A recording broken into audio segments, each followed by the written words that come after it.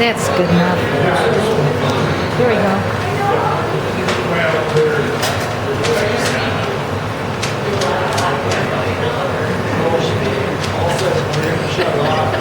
We have more agenda. Thank you for that.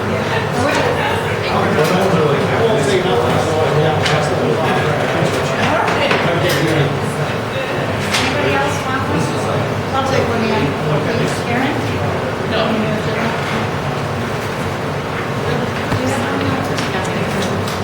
I didn't see a sign.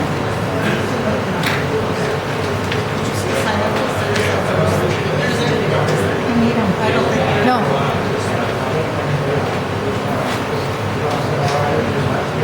Ready?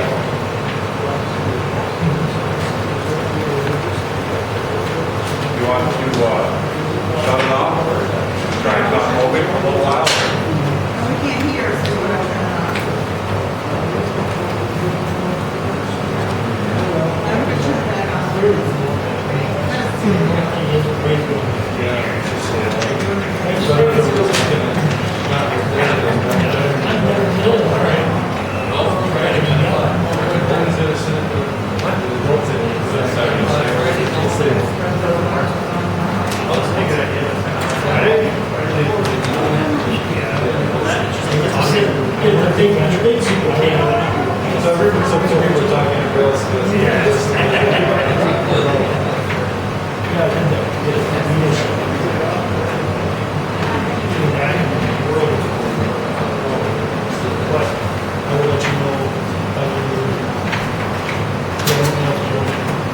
Okay, are we ready?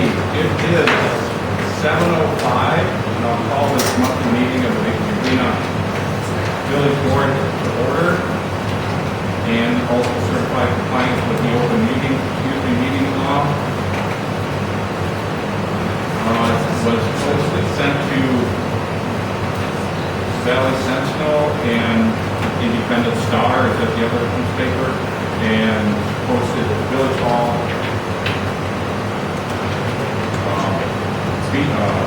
VP and Grandma Mary. Roll call. Christina. Here.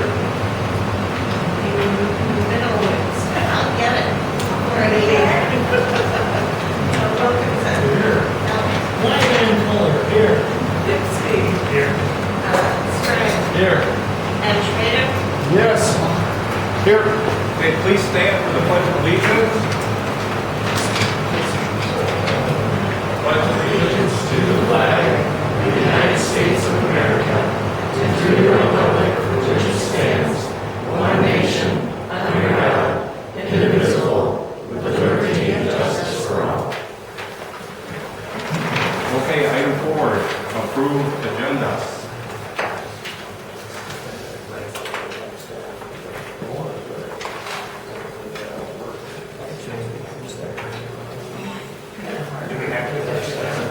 It's on the agenda.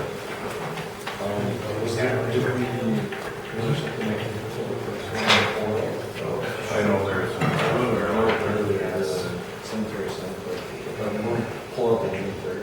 Yes, Steve, do you have something you want to add? Well, that won't be until we get to the consent agenda though. Oh, This is just the Agenda. agenda. yeah. So do I have a motion to approve the agenda? I'll make a motion to approve. Motion by Steve, I'll second. second by Joe to approve the agenda. Any discussion? Yeah, I do. Now, Vern and the Alderson family are here to talk about landmark. It's not on the agenda, or? are they- Yeah, landmark on the Is agenda. it on? Number 7. Number 7.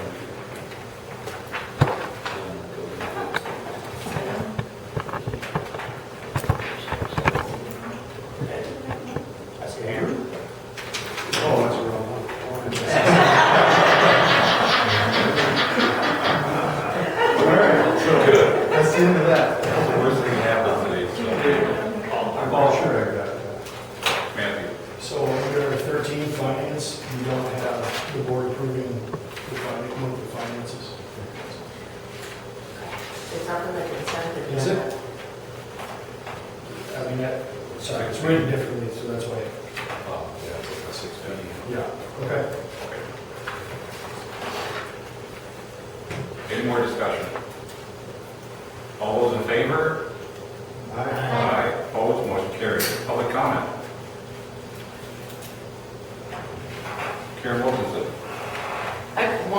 show the board a project the ACT committee is working on.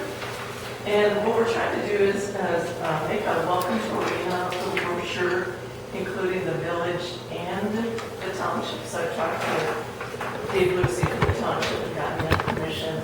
We've listed in this brochure like essential services, when, garbage and pickup is, recycling, brush pickup, how the water and sewer goes, the noon whistle, and then for the town, the essentials for them. And then we've listed other things like fire and EMS, police, the food pantry, and then the parks. And then it was suggested we try to make a list of community events. So to the best that I could come up with, and we could brainstorm together and a list of community events. And then on one of the trifolds, it has meet your board members, so it has the village board members. And it also has the township board members. They give you each one to be standing hold, and it doesn't give any phone numbers, and it just gives names of board members. And it, for the village, including the public works, and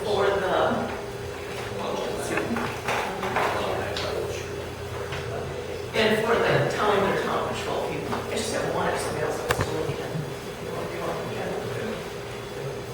So, and then that's a trifold, and then it tells a little bit back about ACT and what ACT was.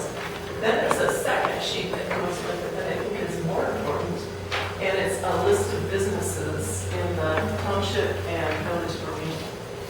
Now, it's really hard to find independent businesses who operate out of their home.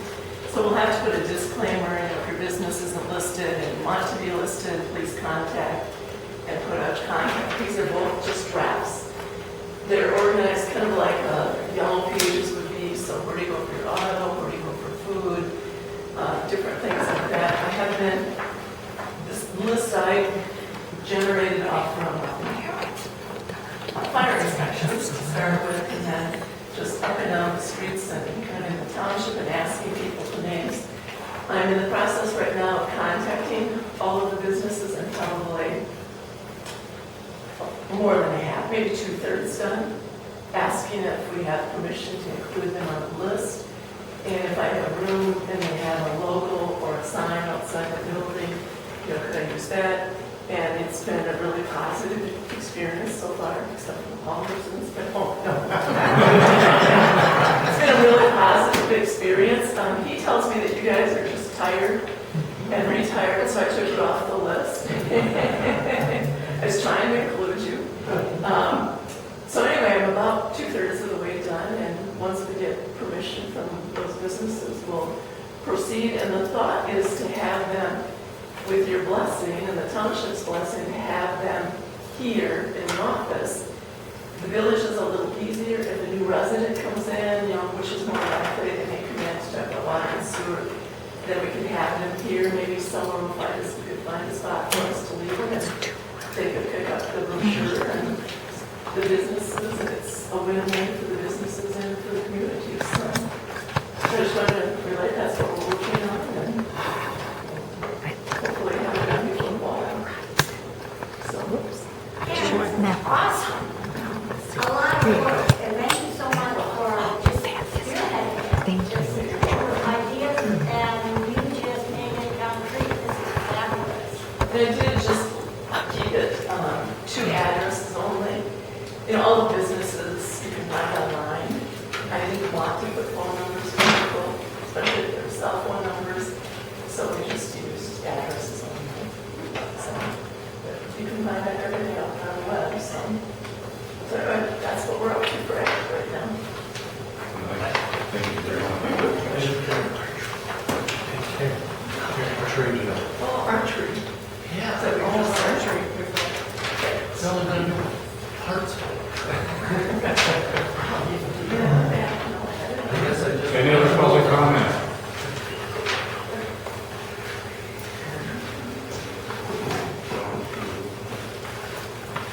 Okay, we are at the consent agenda. Approve the minutes of the May 6th, June 3rd, June 13th, and June 18th 3rd meeting from the rest of them. Okay.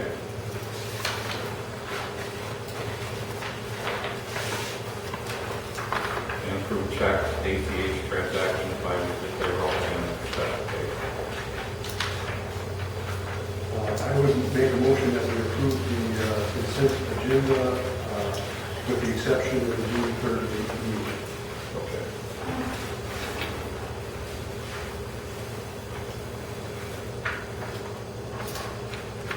We have a motion by Steve to approve the consent agenda with the exception of the June 3rd meeting minutes. A second. I'll second. Second by Ted. Discussion. I'm just looking at the June 3rd minutes, and under number 6 consent agenda, it's saying approval of minutes for May 6th and May 12th, but we don't have that. I'm confused. Why we're doing May 6th again now, but not May, or I'm sorry, yeah, May 12th. Is there a reason why we don't have May 12th minutes included today, or like, why are we including May 6th? I'm just curious. Okay, that's probably, because I did all the minutes, put them together, that's my error.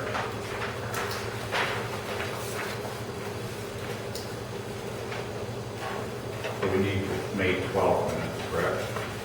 I think yes. Okay.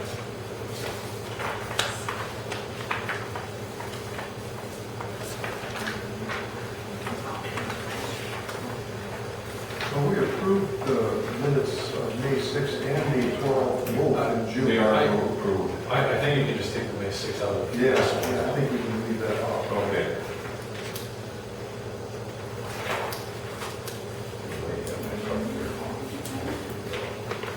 So do you need me to amend the motion? Could you please? Yes, I'll amend my motion to also leave May 6th completely out. So we have an amended motion by Steve to approve the consent agenda, leaving out the May 6th minutes and the June 3rd minutes, correct? May 6th and May 12th. No, May 6th, May 12th, we need June June 3rd is the Oh, one. we're still getting. Right, yeah. I'm sorry. So what was that motion again? Motion to eliminate May 6th altogether and to separate June 3rd from the consent agenda. Yeah. Do we have a second? I'll re-second the motion.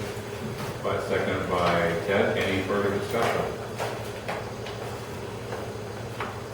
Motion carries.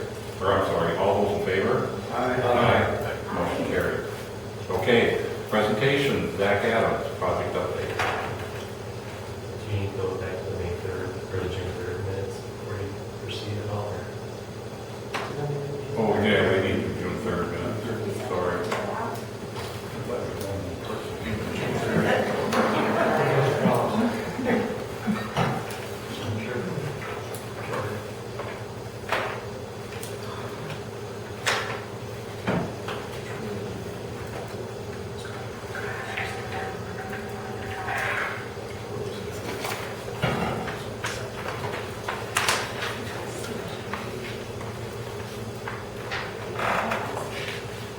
So on the June 3rd minutes, number 8 B, where Ken Campbell and Bill Goddard came, Okay. talked about the cemetery committee, talked about moving the sign from back into the cemetery again. Yes. I don't recall that we voted to do that. I only recall that it was referred back to the Public Works Committee. And I'm just questioning that. I understand what you're saying. From my recollection, it was referred to Public Works. It wasn't that we voted to move the sign. The way it's written, it just, Yeah, it would just have to be amended to say, motion by Underwood, second by Helms, to refer, moving the village sign back to public, or to refer to Public Works. Okay, Zach, you have something? Yeah, I listened back to the recording, and you guys did refer it to said you can't take action at this meeting on the actual item itself. Okay. Yeah, because it was brought up in the public comment. Okay, I'm going to just take out.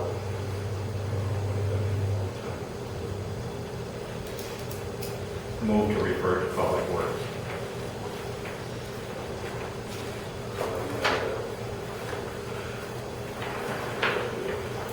Mayor.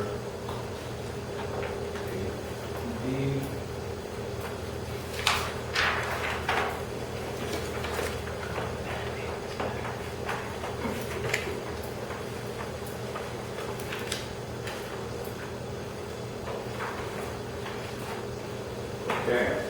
Anything else in the June 3rd minutes?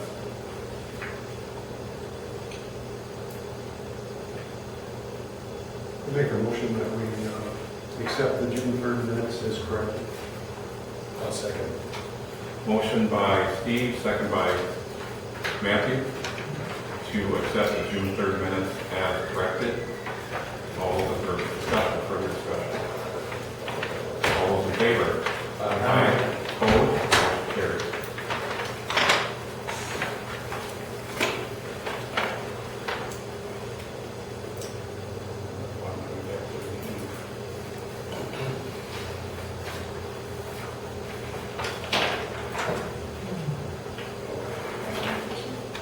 I got paper on it, so electronic. Okay, presentations. Zach. Alrighty, so nothing too crazy, similar to last month, just wanted to give a quick update where we stand with the open project we have.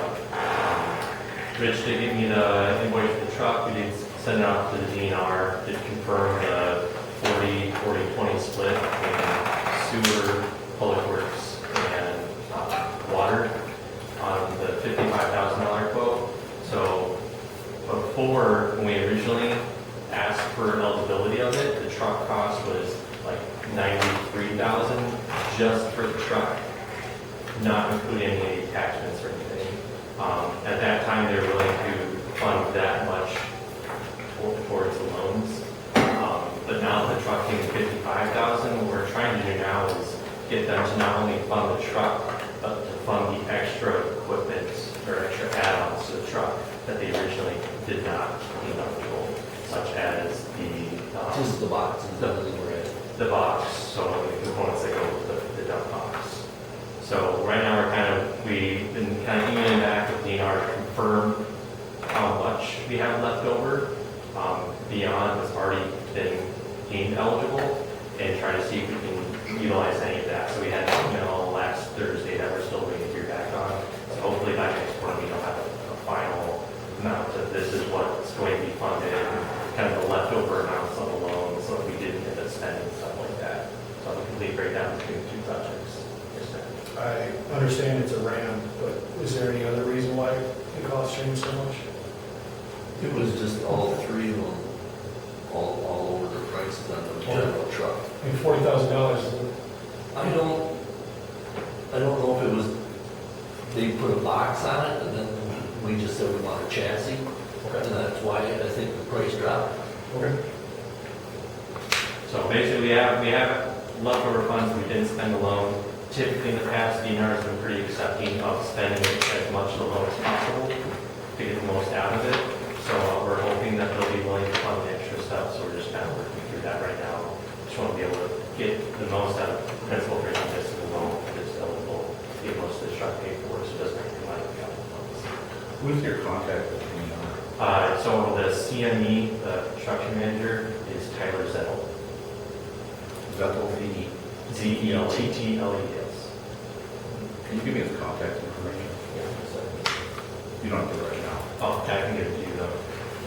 He's been very good to work with compared to some other reviewers. He's been very accepting along to determine eligibility, so I very much appreciate his work. Okay. Yes, I agree. Hi, Zach. I just am remembering that at most of our board meetings, you used to have a write-up.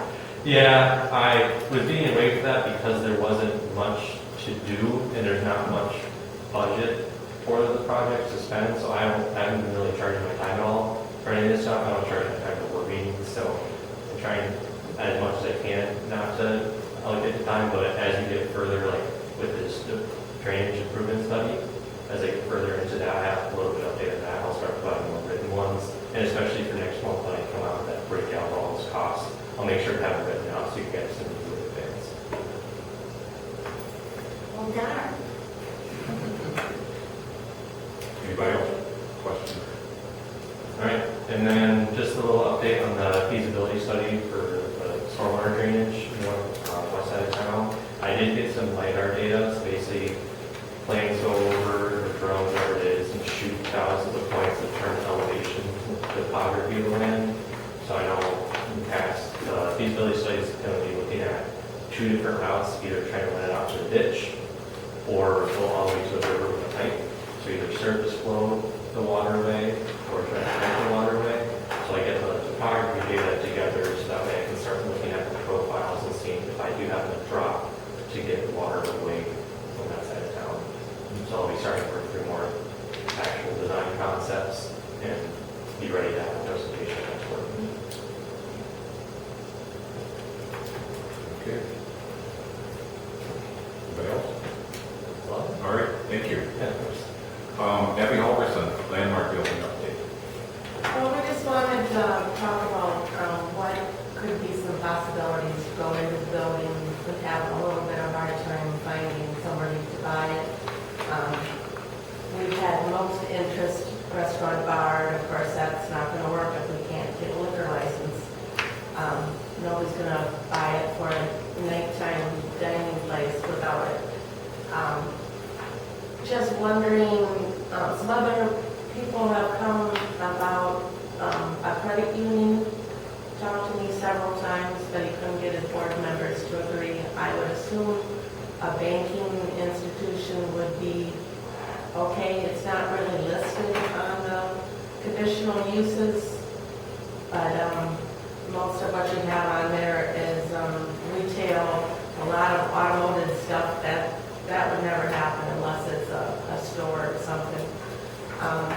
One other thing we're looking at is if it would be approved to possibly have it put into either an apartment building or maybe somebody who had a business in there and have a residence on one side.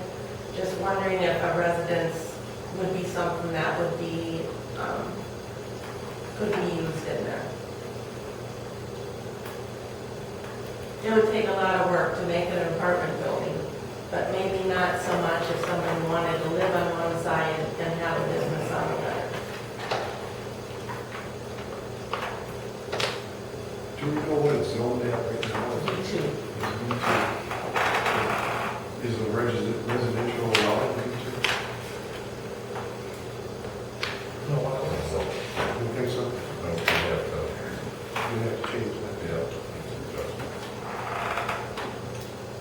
It would take a pretty, somebody who really knows what they're doing and really invest the money into it, because it would cost quite a bit. But state law lets you have a residence in your business.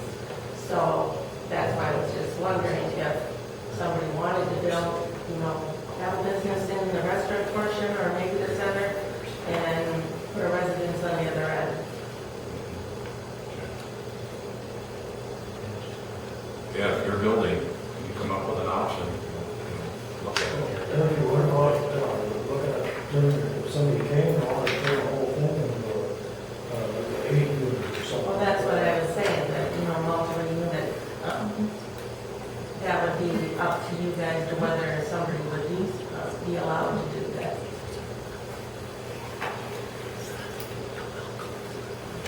It would take extensive work to get it to that stuff, but Well, I guess we know it have to be rezoned, Yeah. but is that something that we own to do, I guess?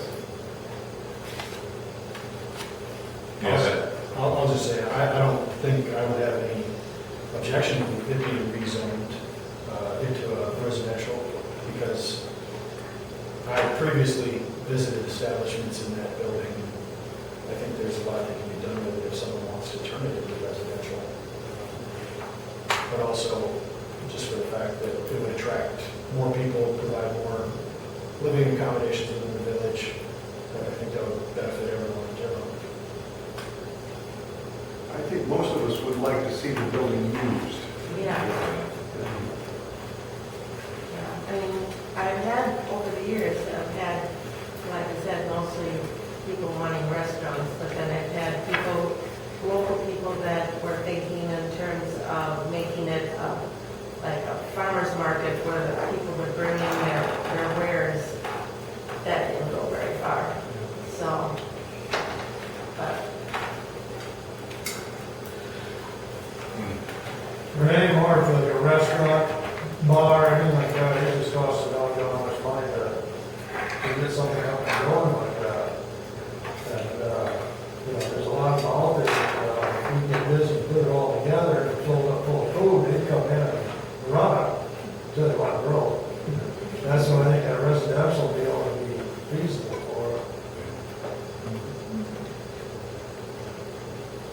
Are there any inquiries for restaurant bar or? well, Mainly. over the years we've had it listed, I probably had 5 people Yeah. looking at it, several local funds, but in the early years, they would call the village and no liquor license, no explanation, just no. So a lot of people left in the beginning.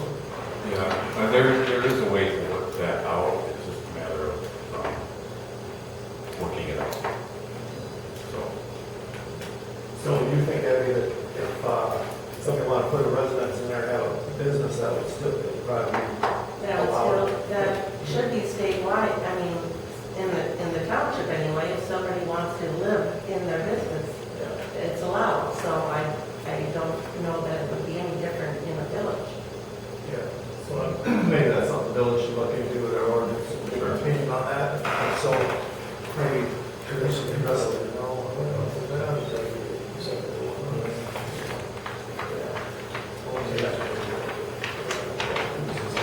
Yeah. Probably not in the ordinance, but we can. Yeah, it's something, you know, changing times. Yeah.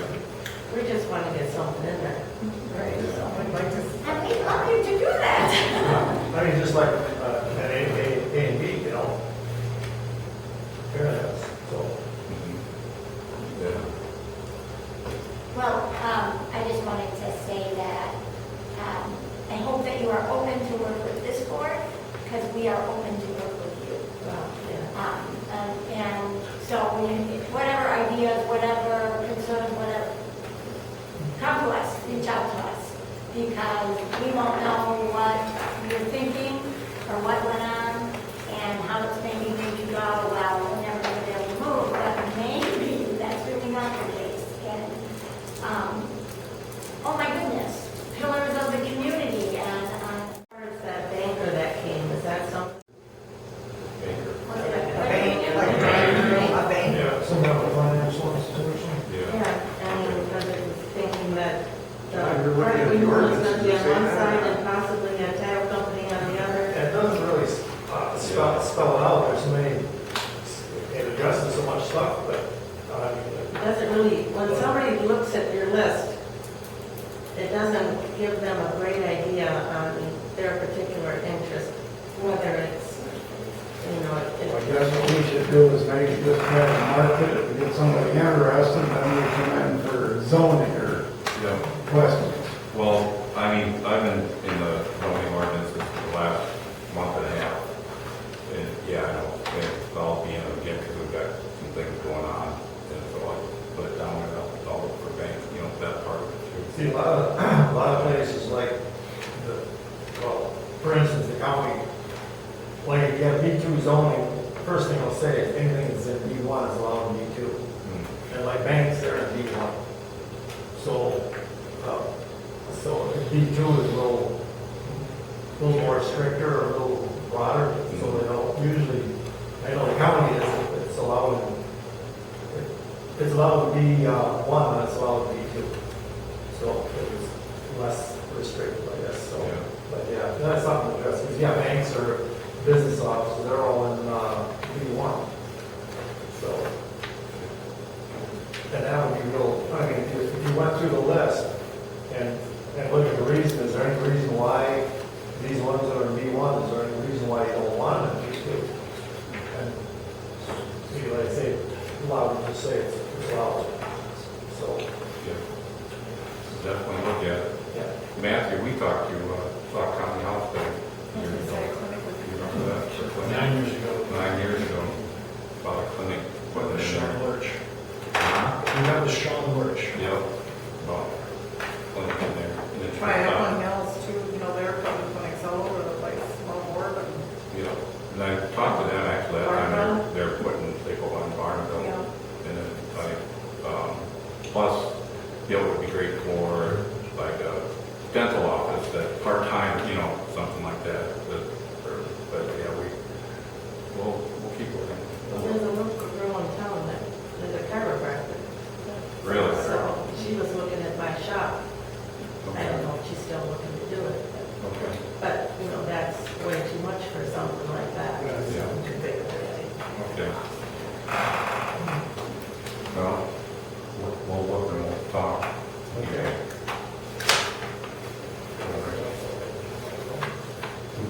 Any other questions or anything? Do you have anything else to add? Well, we're just also wondering, we thought we were coming to talk about the Dollar General lot.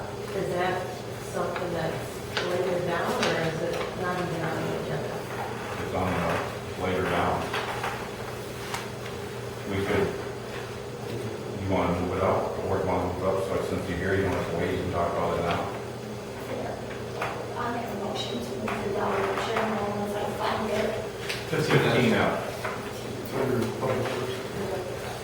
I make a motion to move 15F Dollar General project to recommendation C, Yeah. 7B, Yeah. and C. Yeah. We have a motion by Becca Raymond to move 15F to 17. Is there a second? I'll second. Second by Don. Further discussion? All those in favor? Aye. Opposed? Motion carried. Well, I guess we were under the impression we were going to be talking about the water sewer going in. I don't know if you have actually had conversation with the Dollar General yet, because it was our indication from Tracy Johnson that an individual company can do a 1-inch water line underneath the highway and also hook up to the sewer that way. So I guess Yeah, you're wondering where that stands. it just started. Did anybody contact anybody? Yeah, well, I know Rich has been contacted, right? Yeah, I know. Yeah, got some plan, and then they contacted me. So that's, yeah, we just started talking to them. They said they're going to be on the agenda at the next board meeting. That's what the email I got yesterday said they're going to be on the agenda. So they said they are on the agenda at the next board meeting, so. For all the board meeting.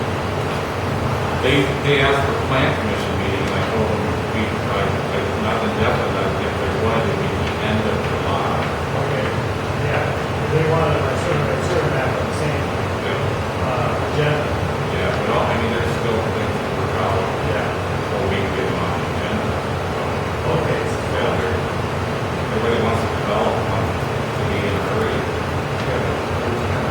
Oh, the box and pick on them, So so. I know, they're very, yeah, And they put out more of the holes and yep, another pits. yeah. So I don't know, told them that I'm asked not to get recorded until after all their contingencies have been moved there. So then they want to be on the agenda for the next board meeting, so. For August board meeting. Yeah. Because I'm good, there's with a couple other things, I'm trying to get plan commission meeting for the third or last week of the month, and then it'll fall right into the plan commission meeting that gets done. We got a plastic notice, so it's got to be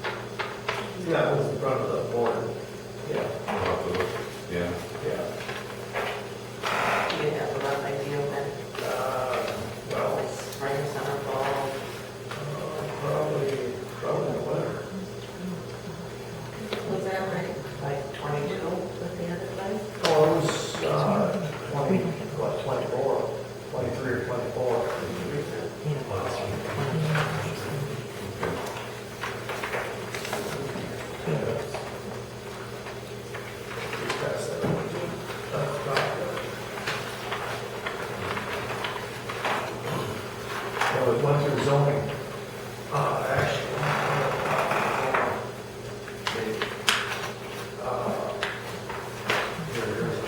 Well, that's a rezoning. They happened at about the same time as this, December 23.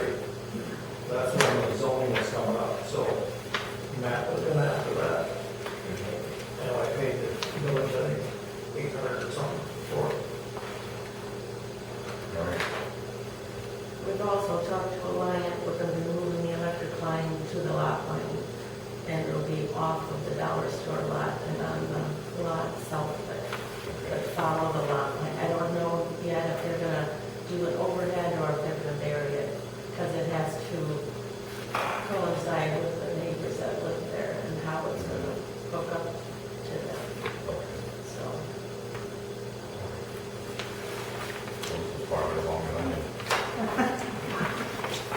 Okay. You're gonna get work done. Okay, so yeah, so I guess we're aiming for that, I'll put it back to that meeting on the plan commission. Yep. Zach? They came to the Plan Commission January 9th of 2024. Okay. So I can find my meetings as far as trying to pinpoint. I might have the CSM myself. I'm sure. So a question for you on the sewer. You would want, or they would want to hook into the line that you folks put in, Well, they're figuring out more and put it in a 4-inch pipe. one of the things is 4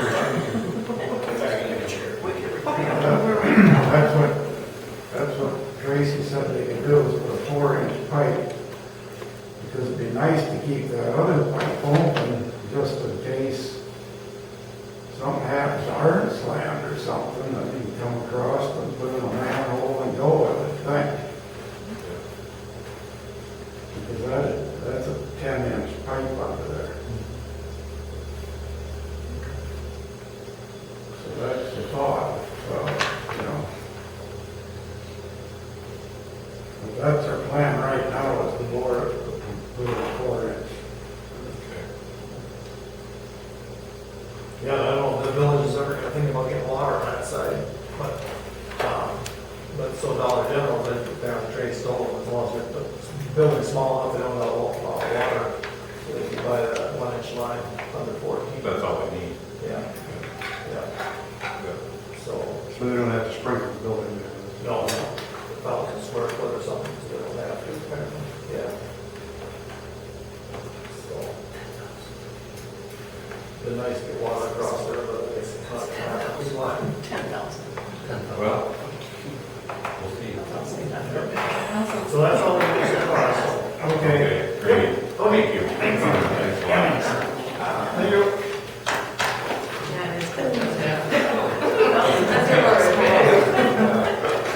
Okay, I guess next thing is the president's report.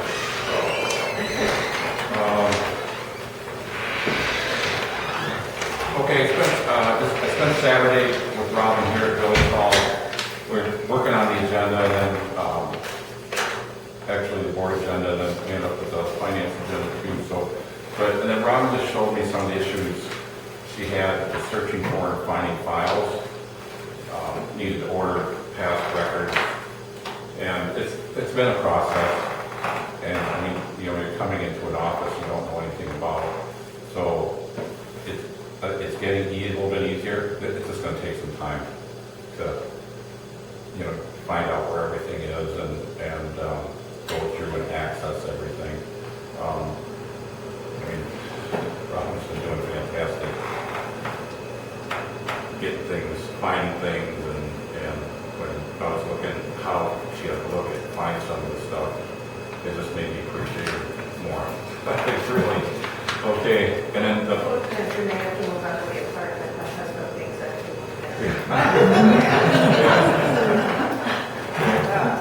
and then the property tax payment records, you mentioned kind of a rebuild or Yeah, so as you know, Iowa County has that act. We found some records for January, the December records, all we found was the total that was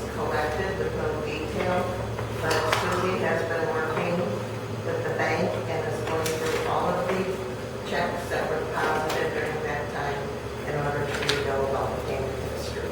So what we're left at right now is getting copies of any escrow checks so that we can get the detail for escrow checks. Escrow checks are hard because it might be one big check for five. Yes, there was, Five yeah. to- Five people 30 on people. one check, there's no detail. Yeah, there's one big check that they don't know who it was for. But if we get through that, then I think we can get all of our records back up to Iowa County and get the villages portion recreated. Okay, there's currently 3 development projects that, you know, can't say they're going to come to fruition until you start seeing dirt flying, but Buck Ridge Development, which is on Sheridan Street, I think got that pretty much worked out with, there was some discussion because the plan commission had originally approved it, sent it to the board, and the board sent it back to the plan commission. And I've had a couple discussions with not Mr. Buckridge, but his representative. And there just was some back and forth for R1, do this, you know, cottage, do this. And each one that they brought up is just totally different because they had applied for an R4. And the conditional use really did reflect that. But now they redid the conditional use plan, and then the village is going to look at it and come up with some options too for conditional use. But that's pretty much now we can start moving ahead, and it looks like it's going to be an R4 development. Dollar General Store, everybody knows about it. Maple Creek Construction, that's a possible 26-unit subdivision over on the old Willie Farm, which would be actually 34 units. There'd be 18 single-family residents and then 8 condos. Was it duplexes? Duplexes, yeah. Isn't that only 5 for some other wastewater or water retention or They something? might, for the road, Rich brought up a good point as far as the road, keeping it straight through, so they might have to give up one residence, but the condos or duplexes will be for sale, they won't be rented, they'll be for sale. So, and that's, they'll be coming back with their plan to be done. A 4th development opportunity came from a phone call actually Friday, and I received an email on Friday about a possible commercial solar farm they were asking about. They bought the land here in front of the village hall, and then it goes back to the tracks, and it's a 56.45 acres, and the road goes back, it's just maybe a 12-foot road, maybe wider, it's probably wider than that. But the back part, and I asked them where, did you want solar panels for the whole property, everything? And they said, no, right now, they're looking at that back part that butts up the railroad. This front part will be used for something else. Be better use for businesses. Yeah, for business, commercial development. So that's just the beginning stages right now. So, there's going to have to be a lot of work done with that too. So, Commercial solar farm, what does that bring to the village? Me? say no. We will find out what it will bring to the village. So, yeah, I mean, it's just, like I said, it just started, so maybe I shouldn't say anything, but they emailed me, they've actually been checking into things themselves too. I'm glad you said something. Yeah. It's frustrating when it's like, there's already been a lot of talk, and it's like, whoa, anything about it. Yeah, and It's this even just- a flicker. Yeah, this started just last Friday, but it sounds like they've been studying this for a while, so. I just want to mention, I was just thinking too, A lot higher. So, Yeah, commercial versus ag Yeah. taxes would be higher. So. yeah. And then I kind of go on a little bit, I just was thinking, we're just over 2 months into this board change. Actually, it started April, but things didn't get running until like April, May, and we're just into July. There have been continuing challenges, but we're moving, I think we're doing more than treading water. It's been frustrating, but we'll continue to make changes. And the biggest thing that I would like, and I think all of us would like, is a framework of procedures and policies for future boards. So, and future boards, they kind of take over, they can either use them or they can ignore them, but we still be there in place, help inform people. That's why I have the president's report. I tried to push on the first exit per day for 3 days, I think it was, just on the Iowa County thing for the Taxes? cabs. Does that affect home sales in the village if they don't have records? to do There's at that? least one home sale that's holding, waiting to see what tax. Right. Because what they're looking for, of course, is to make sure there's no delinquent taxes to write the title insurance. Right, because I know records as well, so. Yeah. We've had sales going through, but some of the sales that have been going through have been, one was in a state that went to a family member, so it's less of a concern, of course. Okay. But, I think that's like countywide then? Is that just tax records or is that like title stuff as well? I don't know how much the county has been able to rebuild from other places. The software that you use does have reports in. So I use the same software as town treasurer. And there's 2 reports you can do. The one report, which is what they originally asked for, would have given them all the information for every batch. And we didn't have that one. If the other towns or municipalities were able to provide that, they might have a lot of those rebuilt already. I don't know. Okay. The counties have somewhat with some municipalities, others not. Thanks. But they're, Why wouldn't we have the report? Is that from the cyber attack or you mean the report to give to the county? that nothing to do with the cyber attack, just the record. We just here. don't have it.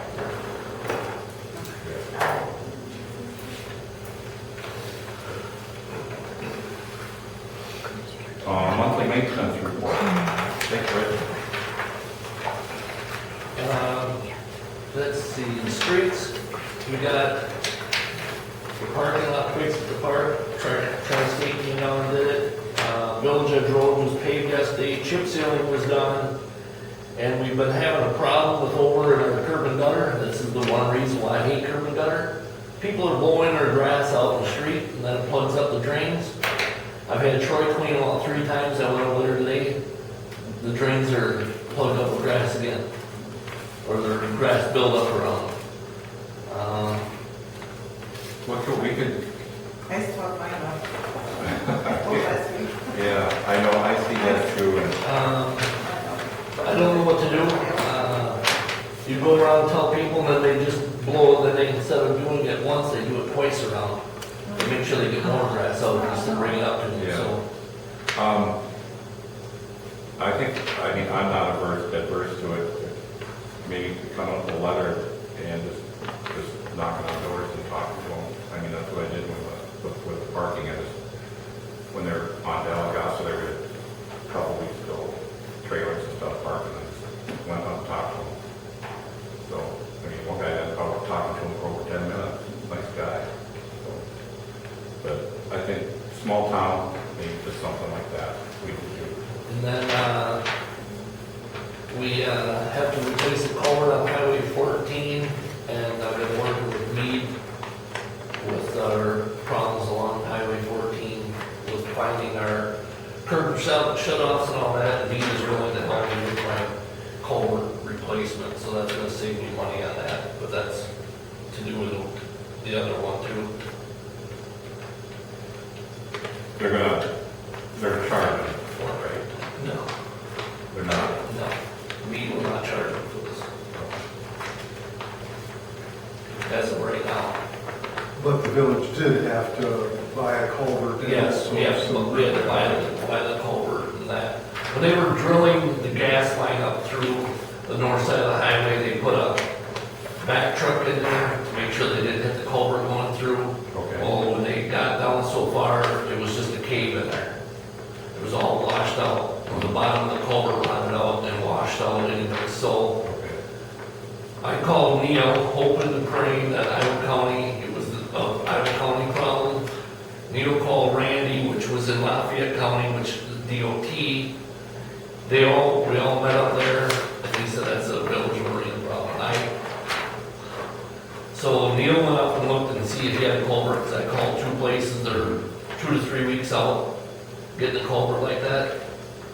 Neil had a culvert up there, sitting and waiting, so he asked if we wanted it. I said, bring it down, because I'm not gonna get anything any cheaper probably than what he could get me, and he said he would give it to me at his cost.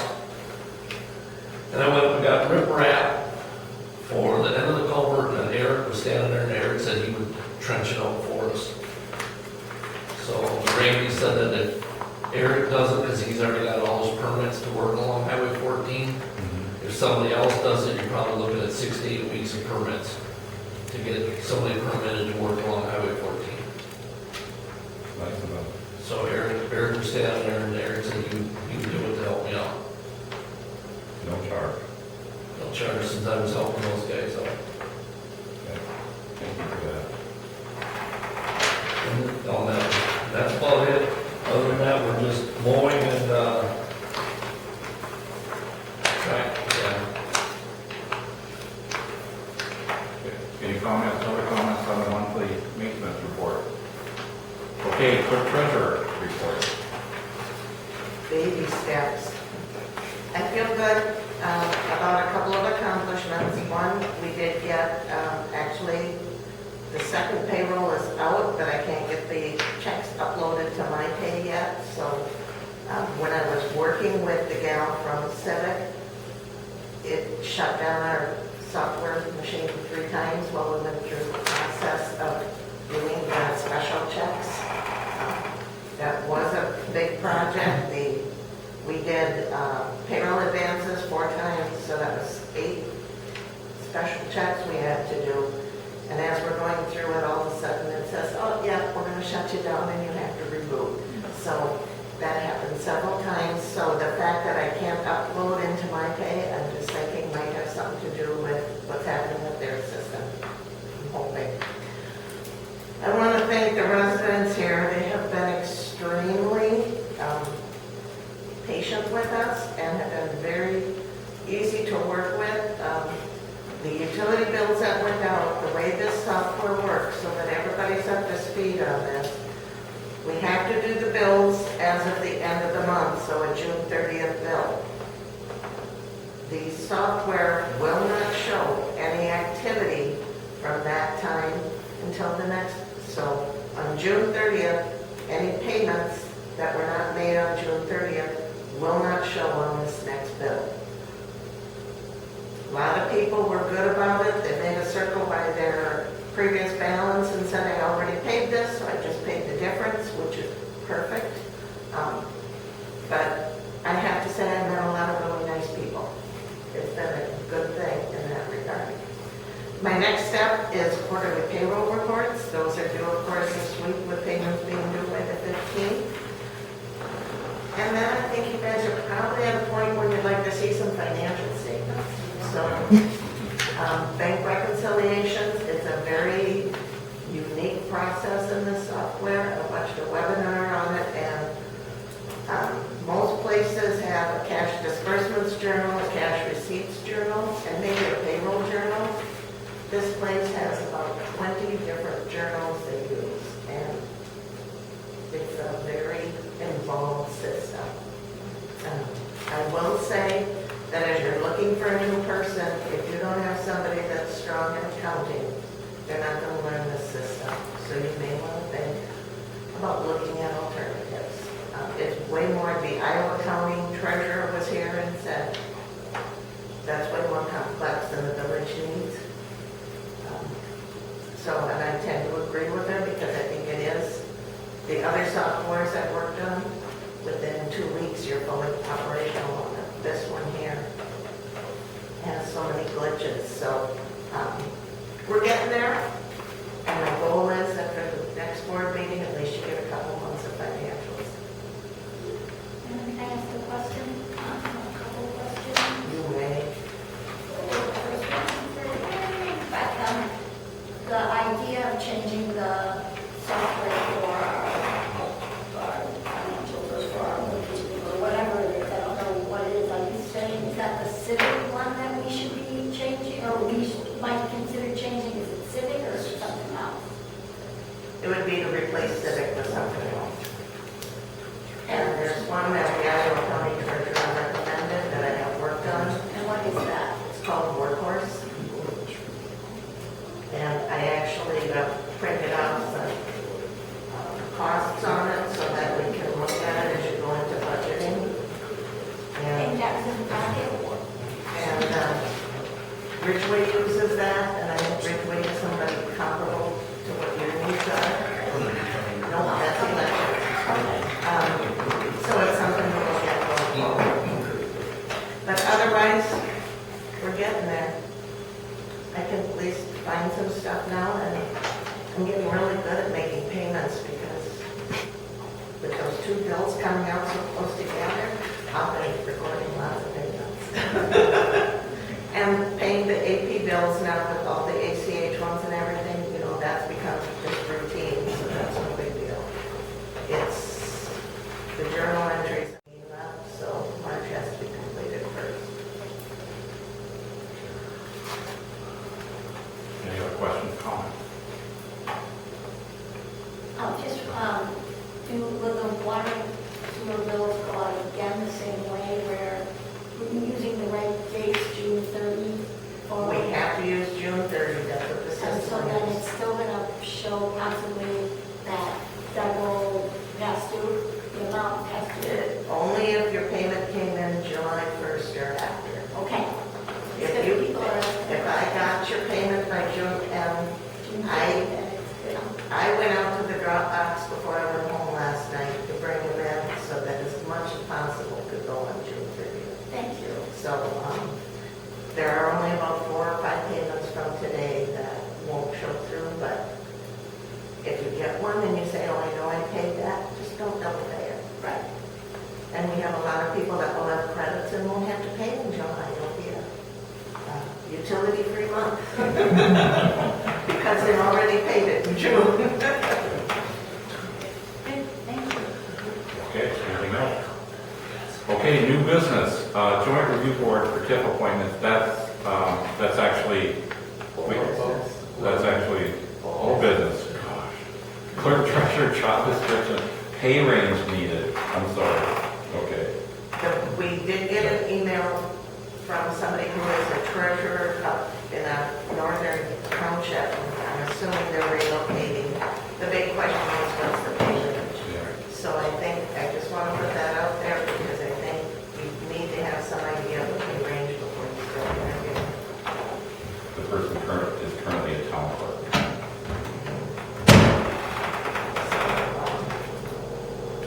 You've approved the job description, but I'm quite certain there was no pay range set at that time. And so, what is that process for us to decide that? Is that for the finance to figure out?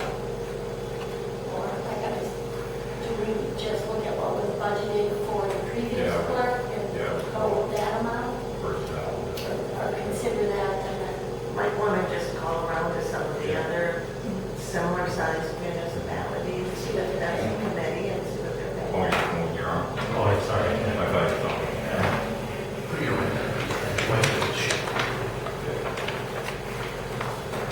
All right. Anything else on old business comments? Okay, new business, joint review board for TIF appointments.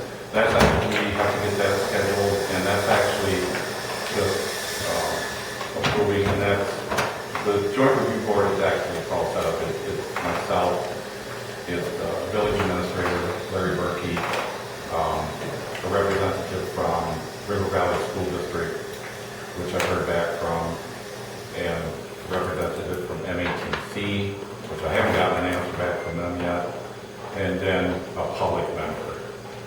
And the public member could just, basically the public member can be anybody. It doesn't even have to be a resident. So that's just a board that we just approve the TIF, go over the TIF, and it's like a 15 or 20 minute process. It's just a necessary thing that has to be done. There's no board action, that defines somebody. It's outlined who is on that committee. So that's, I've got the dates. It probably looks like the 21st. I've already talked to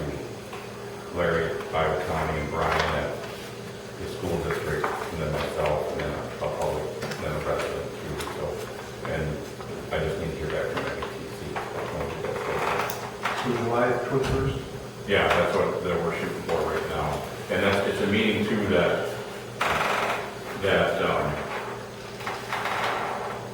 they can attend by phone or they can attend Zoom.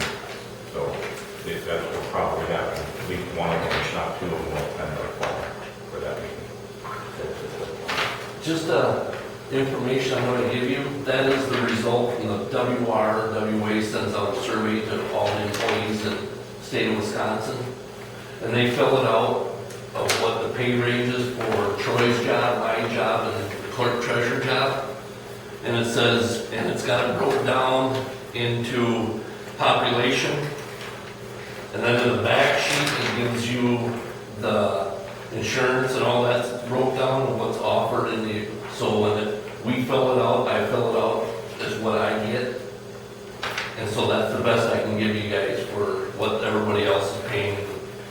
And, you know, next statewide, that's the average for payment in each.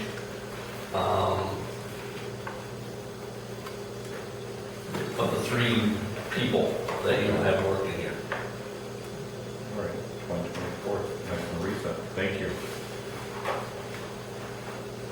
Okay, ordinance number 2025-04, and this, putting this is my error, putting the agenda together and everything else.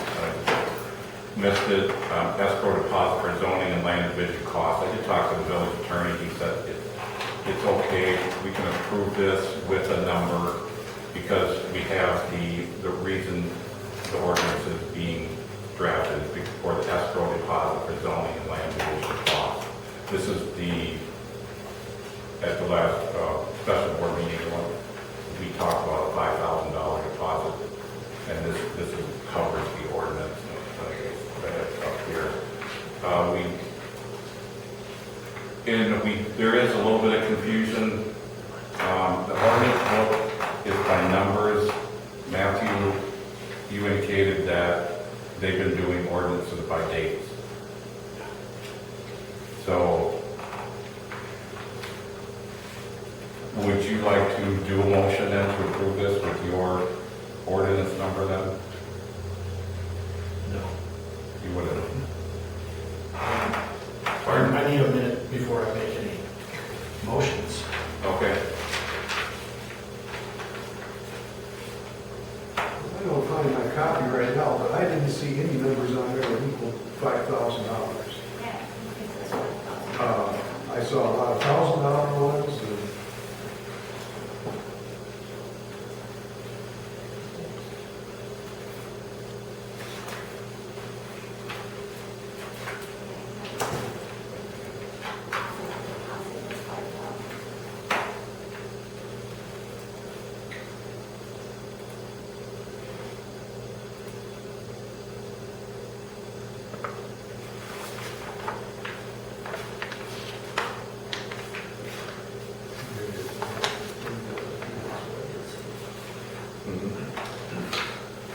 It's not anywhere. no, Nowhere no, else is it's it. not. Is it I think it's on the one. Here's this is scheduled? Yeah, it won't be on this until we add it. so that's what we have right now. This is what we have right now. Yeah, no, it won't be on this until we add it. But the way this reads, section 2 of the HB schedule is hereby amended and set forth in exhibit D attached here too. Am I reading that wrong? It sounds like this is it.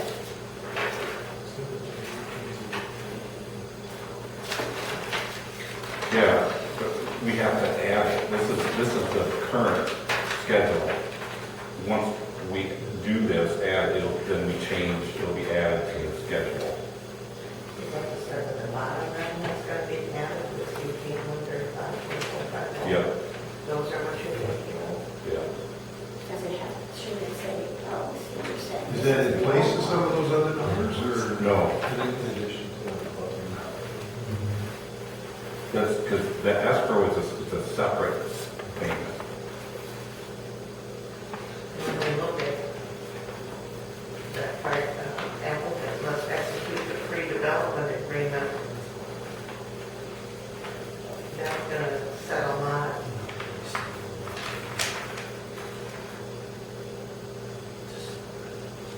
and one thing, this doesn't cover, like I said, subdivision.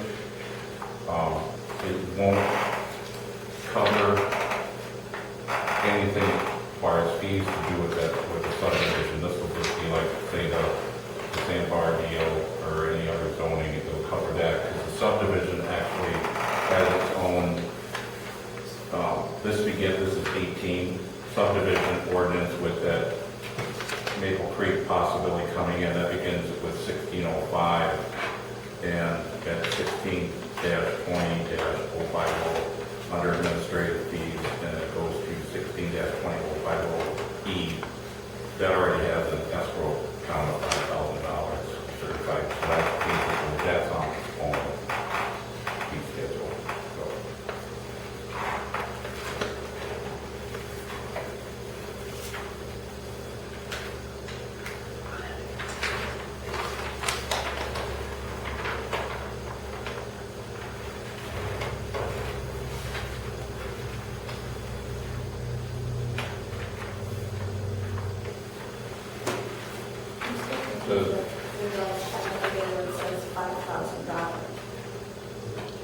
We have to approve it first. and then, is everybody comfortable with this? Do you want to wait? Do you want more information?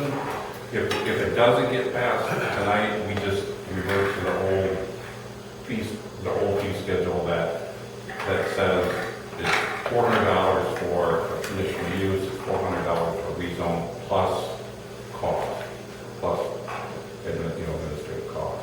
So They have to pay it's that just, upfront? they have to, yeah. Otherwise, this just makes it easier if it is passed, but it's up to the board if the reservations on it tonight. So Oh, I'm I'm going to throw that option out. I'm just saying, it's confusing to me. Where does it say we have to vote on the $5,000 when it's nowhere listed anywhere? $5,000 deposit. That's all I'm saying, is that why would if I pick this up, how would I even know there was a discussion of $5,000? I think it depends what you're doing though. If the conditional use is 2,500. If it's a conditional use and zoning, that's 3,500. Right? If there's a PUD, a conditional use and a PUD, you're at 550. If you start adding these numbers up, it can be up to 5 But grand. the whole point of the $5,000 is a deposit, so as these start accruing, the applicant's paying if the village isn't. The village is being reimbursed, it says that in here, that the clerk Right, will and that's what, reimburse. at the top of that list, it says that's your escrow deposit. That's the amount of your deposit for these different types of. Yeah, depending on what you're doing, it's not just a straight 5,000, depending on what you're doing, it can be a different amount of pretty deposit. That's not what maybe that's what we're gonna change it to, but that's not what we were talking at the last meeting. We were saying to do the initial 5,000 to secure the village, and then as this says, as more is needed, it needs to be replenished. Am I reading that correctly?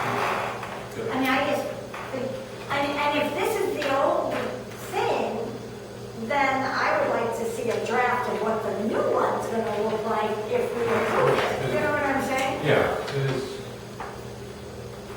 All the new stuff, all the new deposit numbers are at the bottom. I guess. Yeah. Yeah, I just would expect to see the required 5,000 to get things going.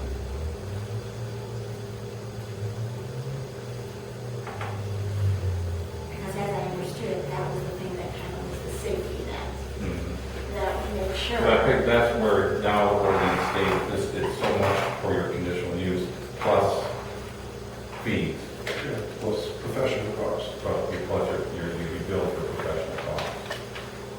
So the 5,000, they subtract all that from the 5,000.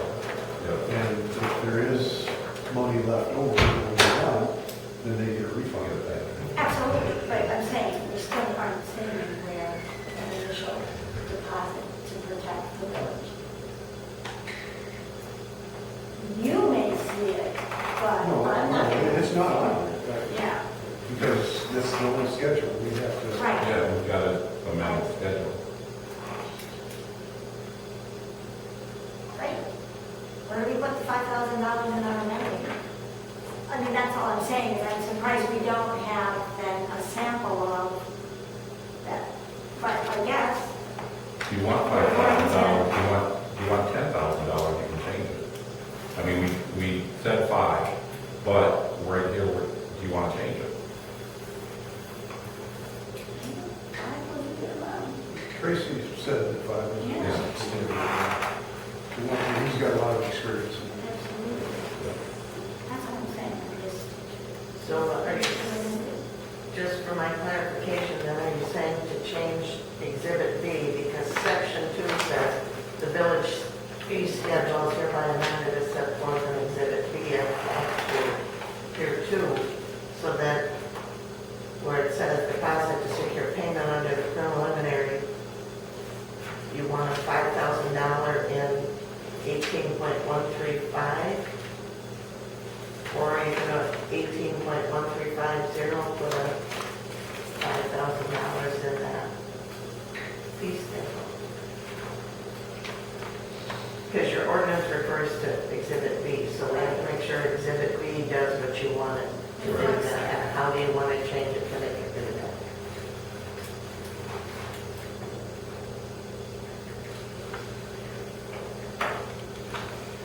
I want to change it to do that. I'm not sure where it belongs because I'm not familiar with this schedule. Understand? Like, my brain would go, we can put that at the top and then you subtract down. But I'm not sure where the top actually is. Does that start at planning and zoning development? And the next thing, or is it down here at the bottom where it says escrow deposit? Is that where we put that? I don't know. Someone with more experience in how to read this and use it needs to, If we're guide going to that. put it down with Exhibit B, we want hereby amended, set forth in Exhibit B, attached here to, and then amend to add escrow of $5,000. Does that make sense? Matthew, since you, looks like you're working on it, think about it.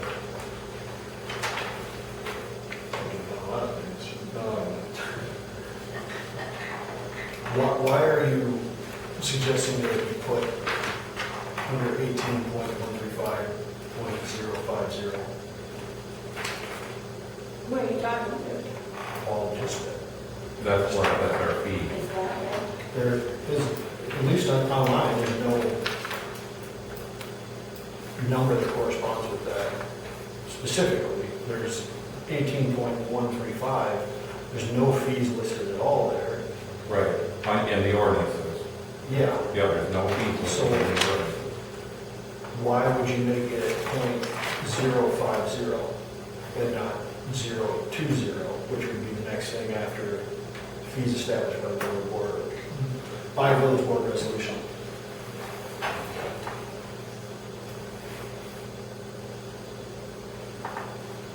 We can put 20. This was sent by the attorney, so if we want to change it or amend it, we're okay. But this is, you're more comfortable with 20? I don't know why we would have a gap, such a large gap, Okay. between 010 to 050. Yeah. I mean, having just got this, it's hard to really say specifically if these amounts are good amounts, et cetera. Is this from the sample of the attorney? Mhm.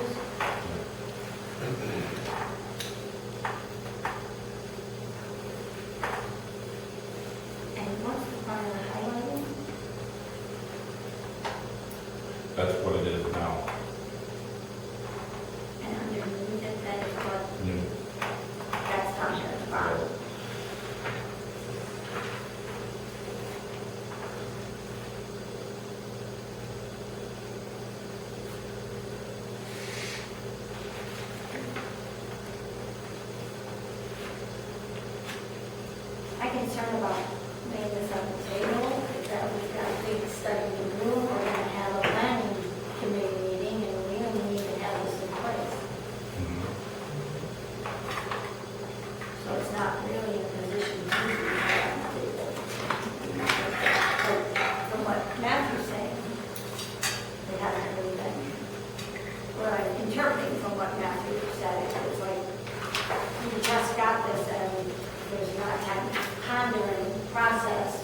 what it's meaning and how we should use it and how it's going to be used.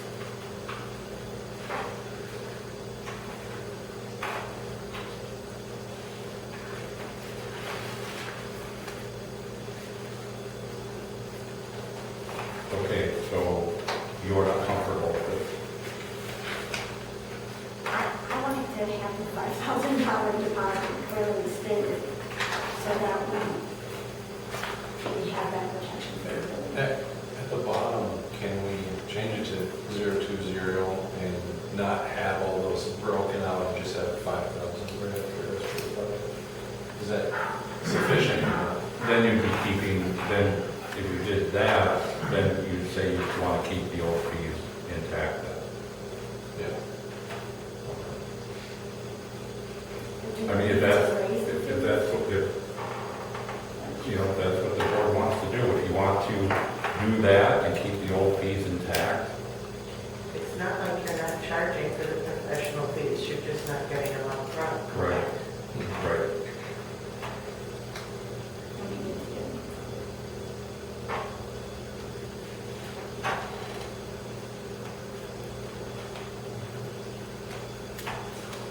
So I'm sorry, it's just, they're not, these don't necessarily match exactly to these blue things. So I want to make sure that this is taking the place of the blue highlighted, and Yeah. these are taking the place of this. Yeah, anything in the blue highlight will be replaced, unless you decide not to. I guess because they're different, why are they different? You know, the concept plan, where is that in the regular, I'm sorry. It's not in there. And so No. what is it, and this is very confusing. I guess, you know, do we need all this? I mean, is this what we need? As opposed to guessing. I feel like I'm guessing, oh, well, maybe we don't need that, maybe we do. Because they're different, I don't get it.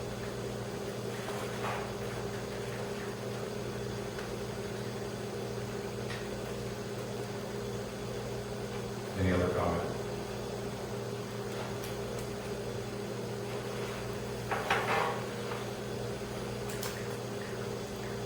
But, yeah, as far as the new, I would say, adopt the new as a whole, replace, you know, what is shaded, or we keep what is shaded and just put in the deposit.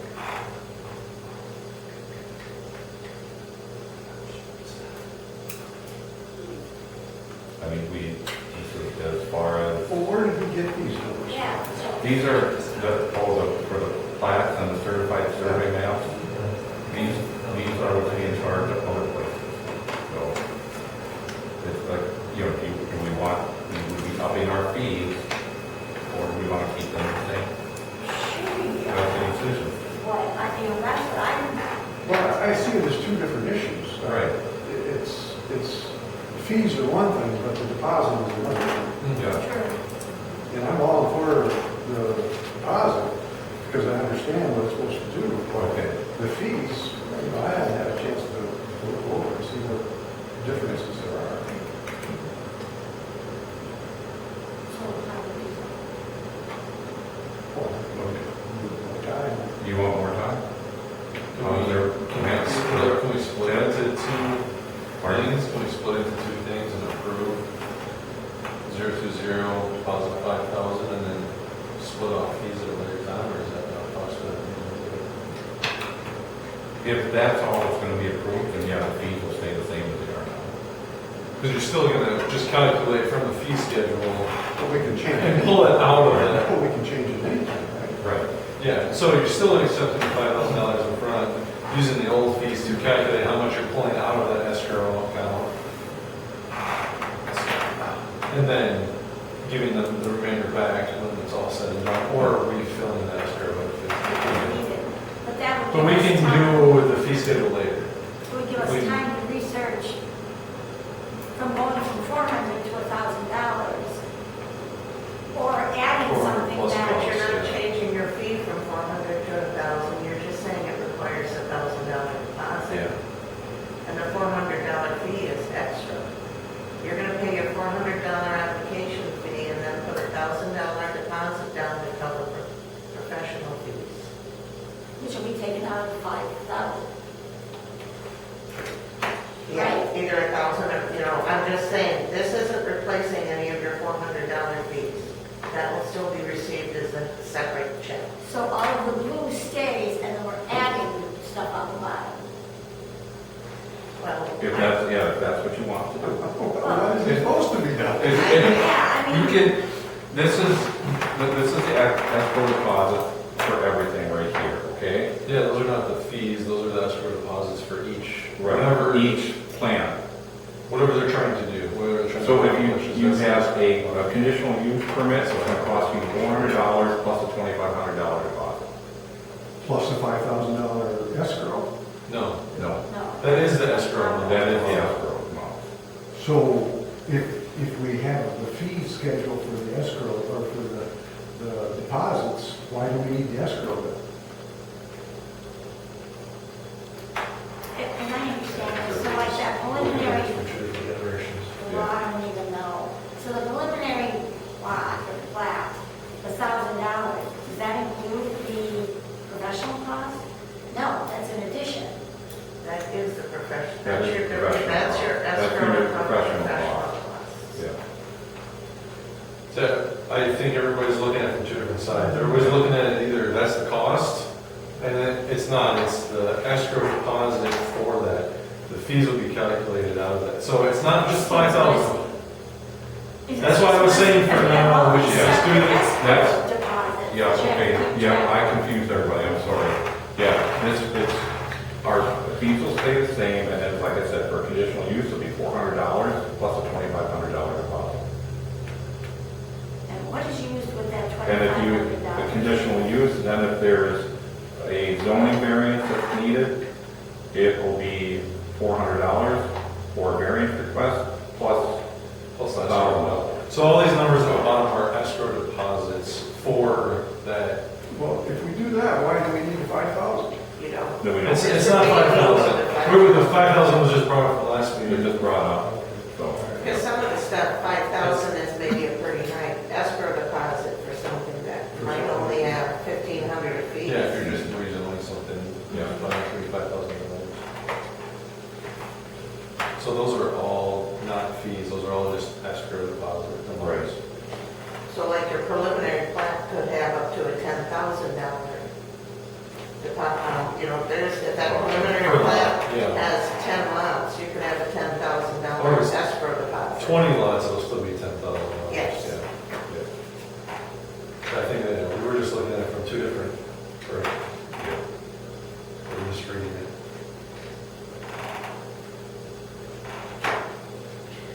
So I think that Paul and I correct that, like up here where you have it right, conditional use permits, for $400 and escrow deposit per fee schedule. You say professional costs to be billed. Do you leave that in there since you're covering the escrow deposit down in 18.135 down there? You would take the professional cost to be built out.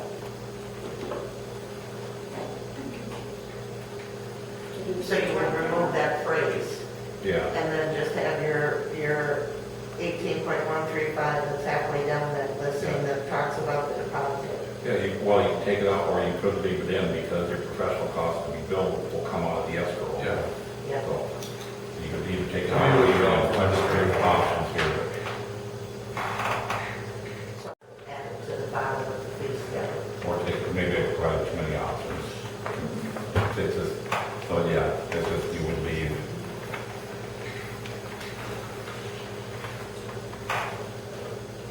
So it's an escrow deposit fee schedule at the bottom. It's all there, it's just you gotta kind of figure out what you do. Right. Yeah. Well, otherwise, I'm good with it. Yeah, I'm good with Great. the deposits. I don't have a problem with that. I just Okay. was curious, Yeah. confused about where the 5,000 came from. I was confused about the whole thing. Yeah. The 5,000, that was Tracy, that was like just general, as most people just call it, across the board is 5,000, instead of it being split out for the 10 different options. Yeah, It's just 5,000. This is split out. this is without. That might be nice for somebody that's just coming in to rezone something or like replat something, and it's only gonna be, $500, it's not gonna be, where it's $500 just to.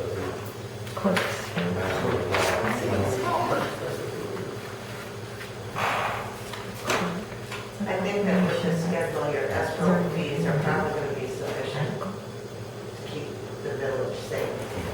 It's just not charging somebody $5,000 for maybe a CSM map that's only 2 lots. Where now you're looking at a $2,000 escrow instead of 5. It has to be reasonable with what you're asking. And plus they pay. So you get, they pay, just take one item. Pay conditional use $400. And that state, you take it out, leave it in, professional cost of the bill, it'd probably be better to leave it in. And then go down, get paid $400 for a conditional use permit. Then their professional cost to be billed, Yes. is 25, it comes out of the $2,500 escrow. So are these professional costs? This was this sheet? No, these are all escrow deposits. Wouldn't it all come out of the escrow? Yeah, they get billed to the. Yeah. They would pay the escrow up front. Right. Everything. And then everything comes out. $400? I Yeah. know, okay, I Unless we, guess that's unless we say, well, No, pay the 400 and then you pay the escrow deposit. there's going to be, and actually, we passed this, if be any new development will be held to this. The Sharon Street development will be on the old schedule because they've already submitted their plan. So they'll still pay the old schedule. We still charge them the professional fees, they just have to pay them They out. just have to pay them as their bill, yeah. And if all of a sudden they just go away and we can't find them, we just get stuck with it. Right. Yeah, this way we don't stuff. And what was the issue about the ordinance number? In the ordinance book, they go by numbers, and Matthew said they've been going by dates for the last year or so. But I don't see any from the last year that are that way in the ordinance. We read the ordinance from last year in the book, and they're not They like want they, from this year. and they're not like they, because I recall the same as Matthew, that it always coincided. With the date. And that's part of why there was the X on the agenda, was because I didn't know what to be using for a A number. number or a date. Matthew, were you gonna say something? Yeah, so, I have a couple things. On Exhibit B, you're putting all the big ones under 118,135. Where are these other fees listed? Because they're not listed in the ordinances that are actually listed there. 16 ordinances? Yeah. So, they don't call it. No, if you go to 162050, it just says You're at administrative 16? fees. There's no fees listed here anywhere in that ordinance. It has a $5,000 escrow fund for major subdivisions. This, well, no, what we're doing doesn't involve 16, this only involves 18. Okay, but you literally have on this exhibit that under that, these are the fees, and those fees are listed nowhere. It doesn't matter if we're doing anything with it, I'm saying, Yeah. these fees aren't listed anywhere, but you have it tied to an ordinance. The 16, you're talking. Yeah, the 16. So, to my second point is, why would we, some of these are listed under 18, some of them are under 16. 16s cover subdivisions. Okay, but those fees are not listed anywhere in the ordinances. Right. That was my original point. Yeah, I know. Well, I would say, I don't know why they're on here then as an exhibit, if they're not actually listed in the ordinances.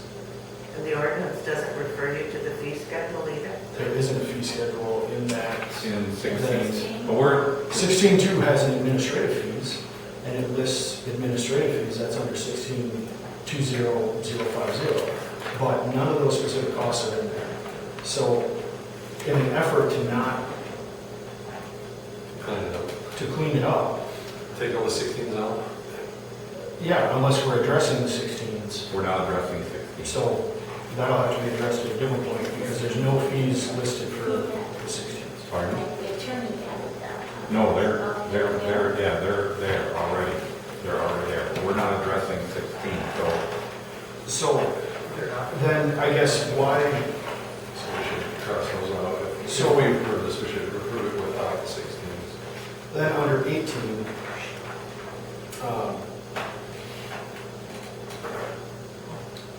I guess it would make sense to put it under fees, but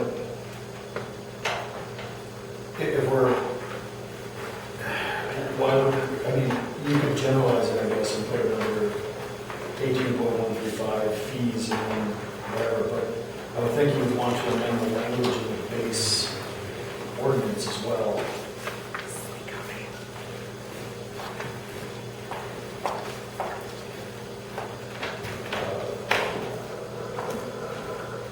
okay, so And the numbering on 18 is what I guess doesn't make a lot of sense to me, because if you were to create a fee schedule underneath what's already there, you would just be amending what's already there. You wouldn't be creating a completely new ordinance.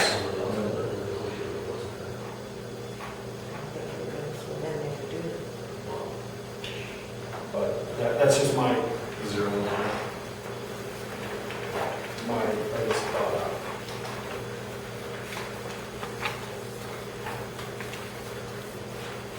okay, so to your point though, like you said, wow, put under 20, but we're creating 50. There is no 20. So why would you go to 50 if there's no 20? Well, you brought up 20. Yeah, I'm saying 20 because if you're trying to create a new ordinance, it would make sense to put it in chronological order. Okay. However, I don't know why we want to just keep it under 18.135.010 and then just put the fees for each thing with the escrow amount, all that. I Okay. guess if I had more time to look at it, then having whatever, it would have been, I would have had a more comprehensive argument, Yeah. or whatever. What did that, so I just went and read my fee schedule. And according to this, with, the $2,400 deposit for such other amount as approved in the village board.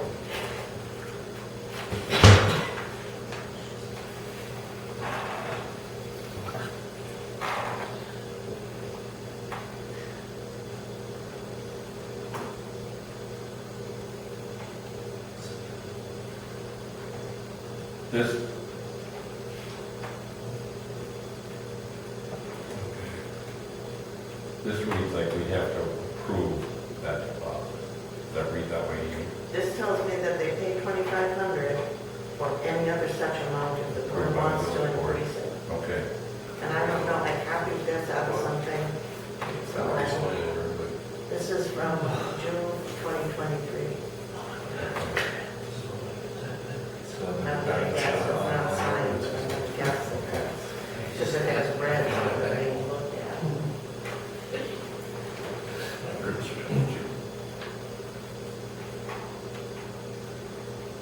Because they put the beer garden patio in front of that.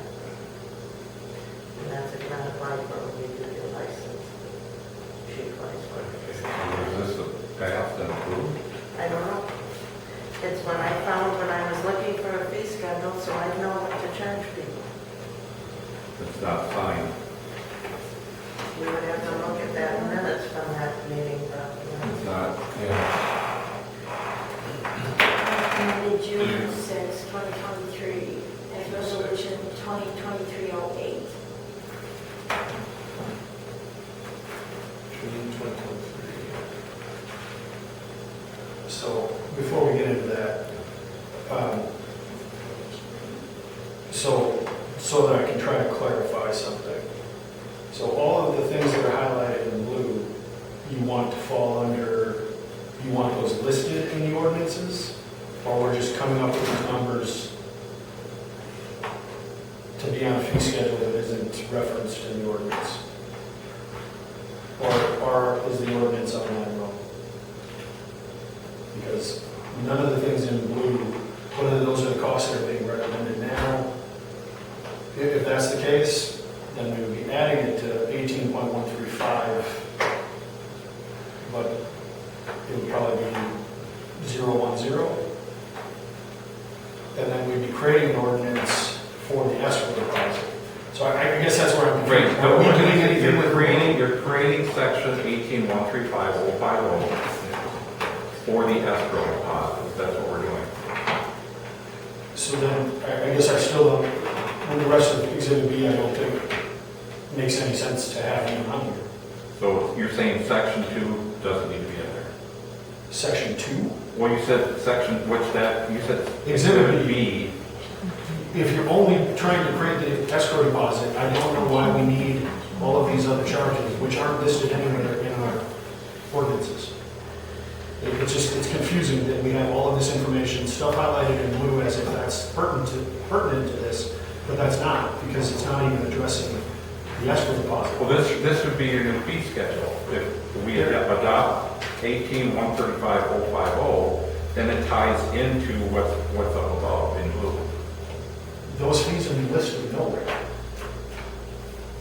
In the ordinances. Correct. Right, I know that. It says, ordinances say refer to the fee schedule. This is our fee schedule.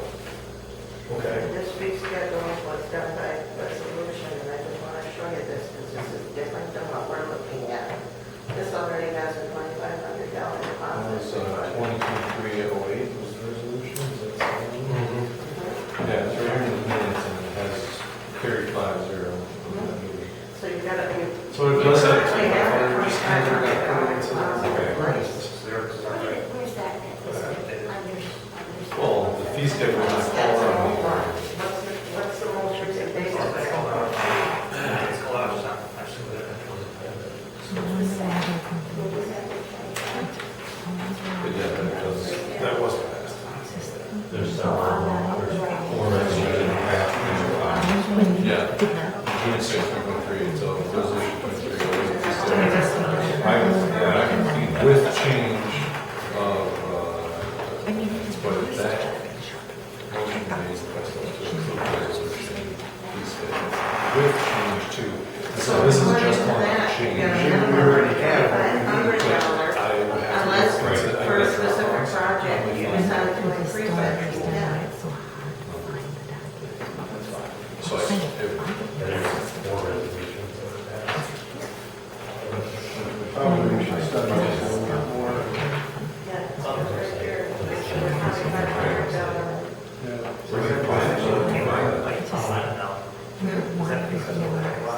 It's online. If you go to permits and license, at the very top is a. Is it the fee schedule? That's why I copied it from somewhere, and made something to put next to the desk, so I And can we try to. divide it and divide it.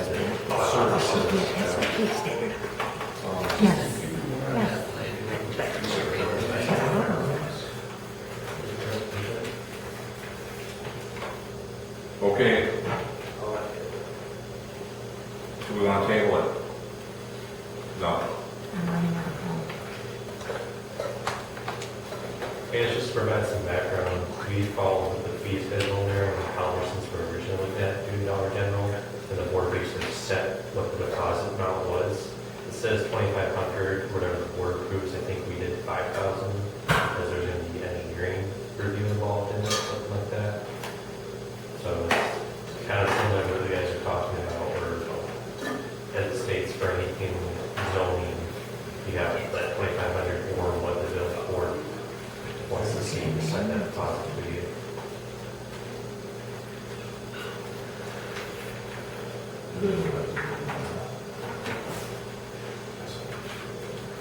All right, I think we should make a decision on what we're going to do. Want to table it? So we don't, if we want to. And because you've got it, any applications that you've already received are subject to 2,500. Yeah.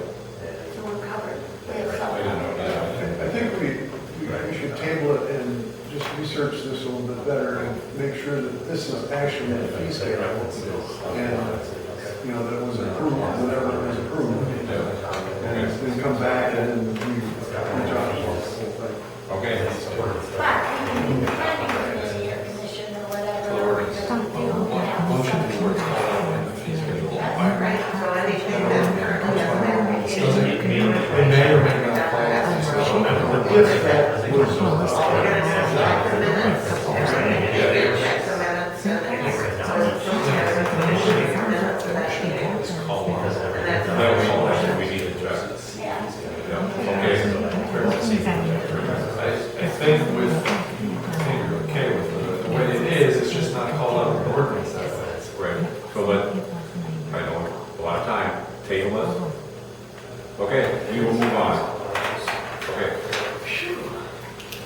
But I think as far as your planning, I mean, you're okay with your meeting and collecting a fee according to what was passed. It's just very muddy in the calling out the fee schedules and stuff. yeah, This no, makes okay, for sure. so we move on. C, 12C, village insurance renewal.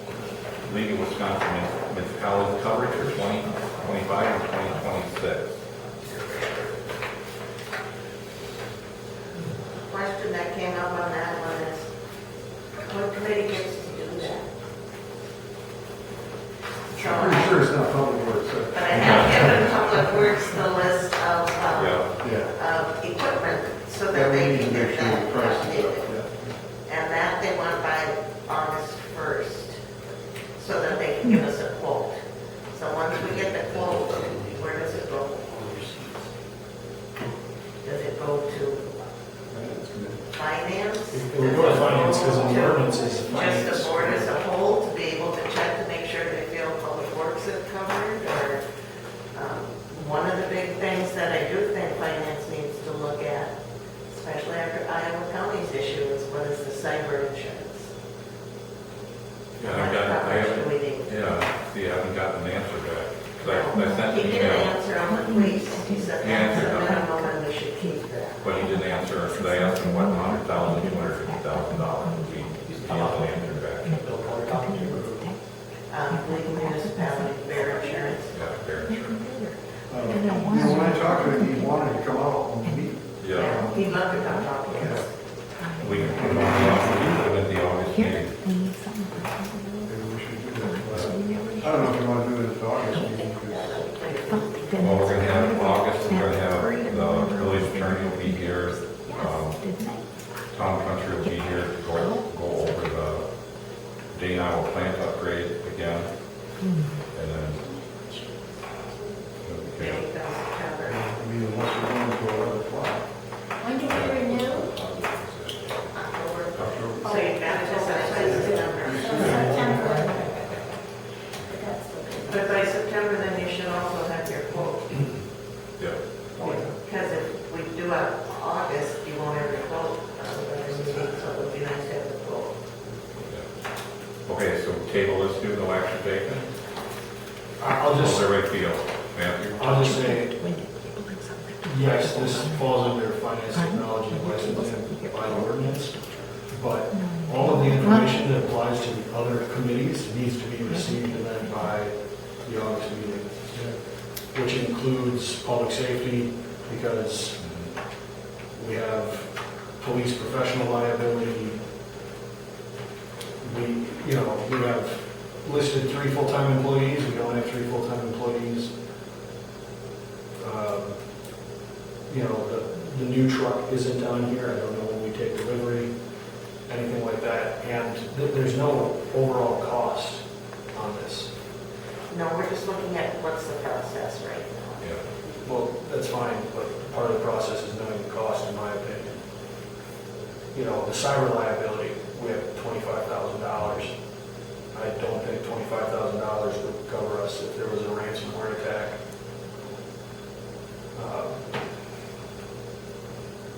I could be wrong. I mean, there's just a lot of stuff on here. The finance committee is not going to know to even try to get this in by September 1st. Yeah, like you're gonna need public works to come up with Yeah, their list well, and all that. All the counties have to Yeah. fill out their fields and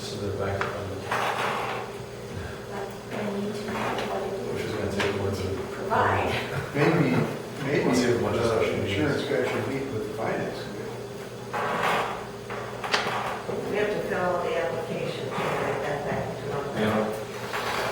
It's not a big deal, but refill this is what you put on, it's just if we want changes. What do you think, Matthew, about meeting with your insurance guy? Sure, but we still need the other information from Right. the before we meet with them so that we can then present that to them and get an idea of what the overall cost is. In my opinion. All right. Move on. Okay, 12D, approve refund of water sewer credit. This was brought to the whole board.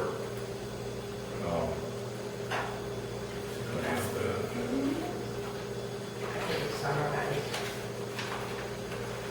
There was a residence that was being double charged for a fixed fee for many years. When it was discovered, the credit that was issued was $1,400. We are still carrying a big balance on that, and if the PSC would require us to pay interest on that first, because this is going to take this probably another year and a half to use up the whole credit. And rather than pay interest, I think we should refund. And then at some point in time, we should have a policy as to how large do we let somebody put a prepaid credit out there before the refund. Is this a prepaid credit, or is this just they were double charged? Because they were double Double charged, charge. rather than issuing them a credit, we put a big credit on their account. Issuing the refund. Refund, Issuing a refund. rather than issuing a refund, we put a big credit on their account. Well, they were paying double from starting in 2020 and it was discovered in January 2025. Which one of them before? January? And so this a credit was issued to the customer. And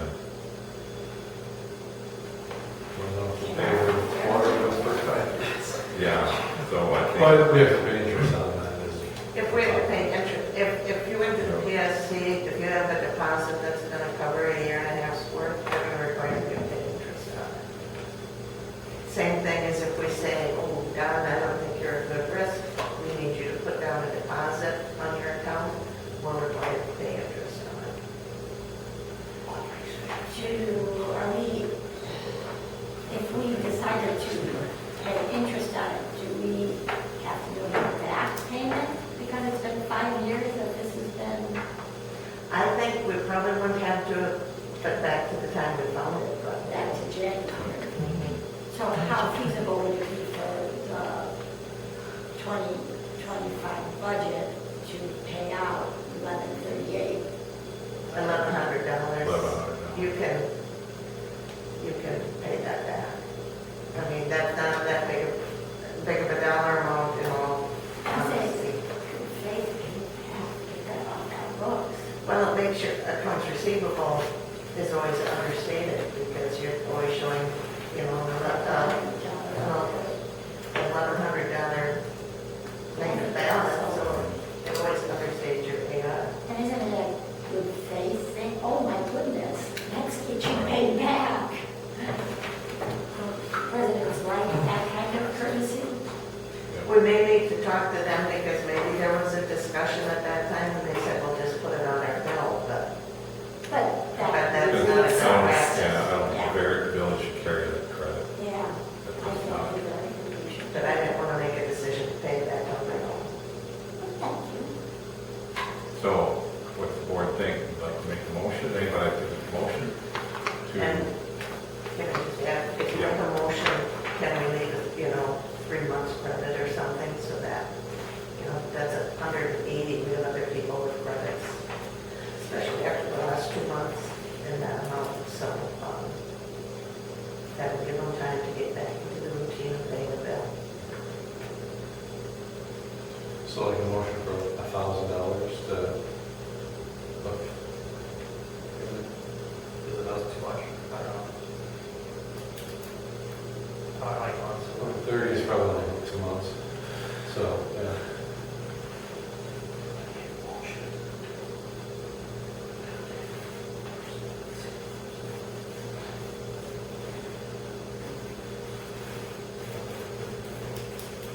what are you thinking, Bill?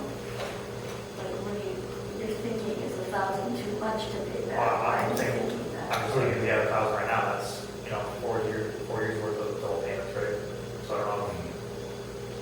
From the sewer, just the one sewer charge, it was a Just double the sewer sewer charge charge. for 4 years, Yeah. Okay. but not the whole bill. So the was double $138, charged. the sewer, the $20 sewer charge base would rate. be Yeah. quite a bit.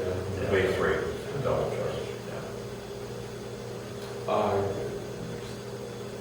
Have a conversation with them first. I don't know who it is, or, I don't know anything. Was it like, there were conversations before in January,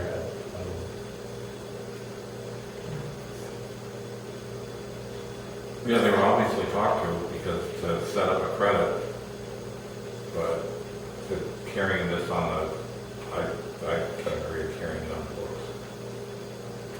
I think to Robin's point, the Public Service Commission were to look at this. Yeah. We might have to pay the interest if we just let it sit. And we don't want to pay anyone interest, just like they don't want to pay us interest.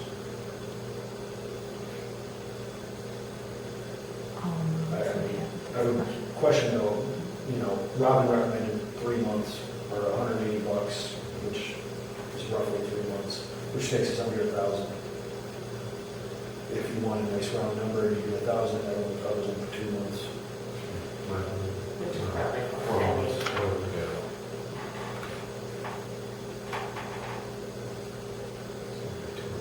well, because we have 1 month will be coming out with the bill that goes out this week. So that number will go down this week. So if the motion was for 900, that'd be within 3 months, then for sure.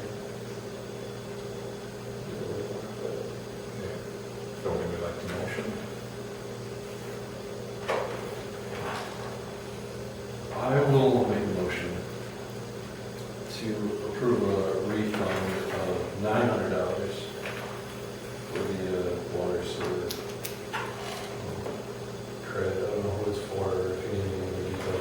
I didn't want to put a name out there. Yeah, so approve for $900 for the refund in question. I'll second. Motion by Ted, seconded by Dr. Raven to approve the $900 refund of the water sewer credit. Any further discussion? All those in favor? Aye. Opposed? Motion carried. Yeah. Item 12E, village engineer request for proposals, as with any in your business. So, and I would say being a public entity, that we really shouldn't turn anything down. That I would say we, agree to all look for proposals from different engineering firms.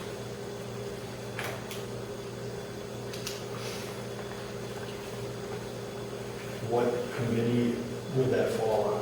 Or does it not fall on the committee, it just falls on the board, and then we have to appoint someone to solicit those proposals?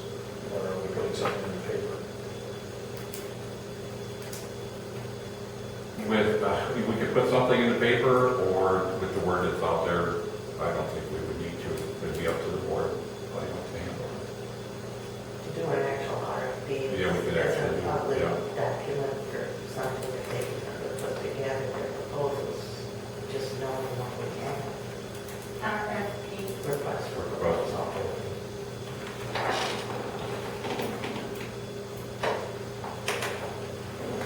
I work in telecom, RFPs a bad word. Just because Pardon? we get RFPs. I know. They're just so I much- know, it's yeah. ridiculous. Just, it's a lot of work. That's why it's a word in their office.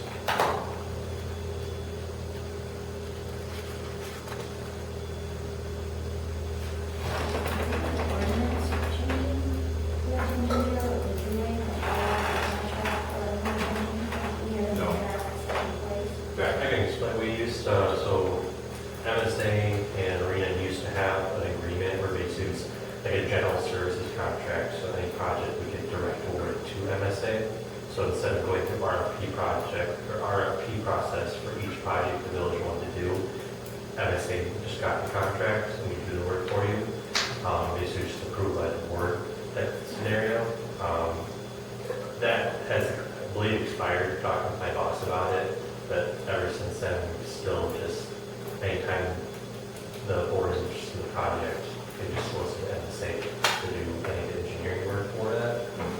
There's some things the village has handled themselves, such as like your seal coating and stuff like that, but we've handled the project since then. So it, like I said, with new board, I'm in favor of seeking out requests for proposals. I mean, you want to call it fair or whatever, but I just, you don't know until you check, unless you ask. I've been in business for 40 years. That's happened to me all the time. So, just the way it is, as far as I'm concerned. So if we accept proposals, these proposals are for what is available to our needs? Being our engineering firm. So switching to being the Yeah. engineering firm. Working in telecom, we have, it's pretty common, 3 or 5 year contracts with everything. It's re-RFP at the end of every 3 or 5 Yeah, same with the years. university, every All the 10 time, years. they looking for a new price, all the time. Get through this and And when you renew your insurance, which is coming. And, we need to find out, because that we're finally getting financials for August. We need to search everything. So I guess there currently is no general services contract, so for the RFP, at least from my experience, how they work, RFPs are for specific projects. And then each engineering firm gives their cost to engineer the project. So I don't know what RFP, if you do an RFP, you can do it in general services one, I guess, and see what people come back with without having a specific project in mind. I guess if you RFP your costs, we put RFPs, sometimes like Mineral Point did an RFP earlier this year. You guys tell them to check their prices, there's for a specific project, so they can see what their construction, the engineering costs would be. But the village had a contract basically with you as to be our village engineer, correct? Yeah, at one point, yes, at one point And then it was. expired, so. That expired. So- But you don't necessarily need to have a contract for general services. Like, right now, how we're operating is just individual contracts for the specific projects. Like, we have a contract specific to those, and that's how we typically do things. Like, Right. general services is more so like, covers out of the error, non-planned stuff, or developments, or GIS services, is a good one that we do, like your yearly. It's literally, it's anything that we know is gonna happen every year, we try to cover into that, and then we save actual contracts, so that way you can budget out for specific projects, type of thing. Yeah. So like my boss is more than happy to meet, to kind of go over some of this stuff too, to help out. If you guys are unsatisfied, I'm gonna say, obviously, we're more than happy to listen to concerns and address those.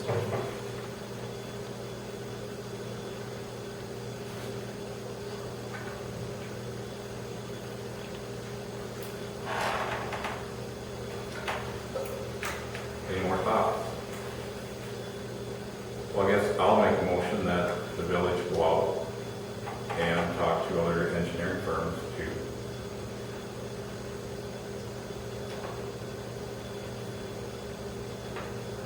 for representation.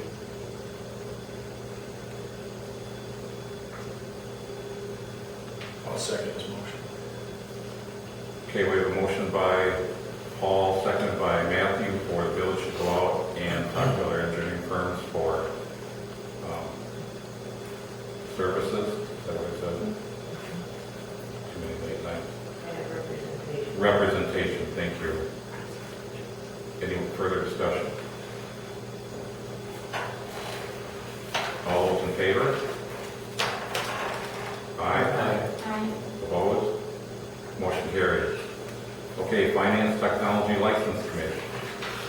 All right, so Steve was kind enough to provide us a brief update on the forensic audit, but after some doing, he was able to get all the information on a flash drive and mail it out to the forensic auditor.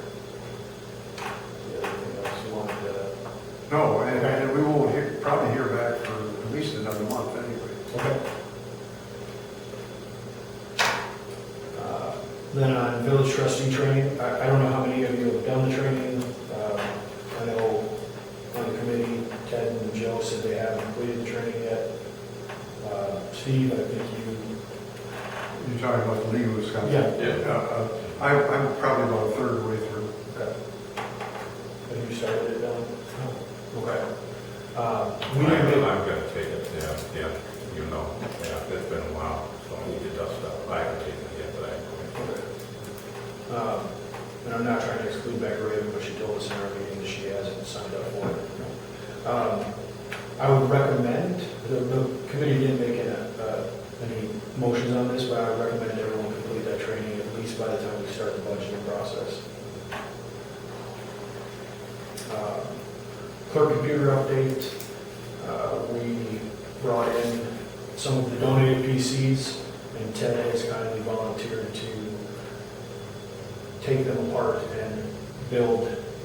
We've got a total of 4 PCs and 2 monitors, a bunch of other equipment with it. Ted is going to build 2 computers, one for each office space, from the components of those PCs. Email. Does that take a long time? No, not really. Since it keeps, The migration will probably take It's longer. the building of the hardware being coming in, you know, it's gonna be maybe a half hour, because I'll want to plug them in, make sure everything's working well, but that's just the building, and it's booting up in Windows and it's ready, and it's seeing the memory and the new hard, you know, the larger amount of RAM and the larger space and the hard drive, make sure it's all there, but it's the migration of everything, and the IT part, the software part is going to be much harder than the half hour of me pulling parts and doing this and then just plugging them and checking them. That would be a half hour, less than an hour. If everything goes well.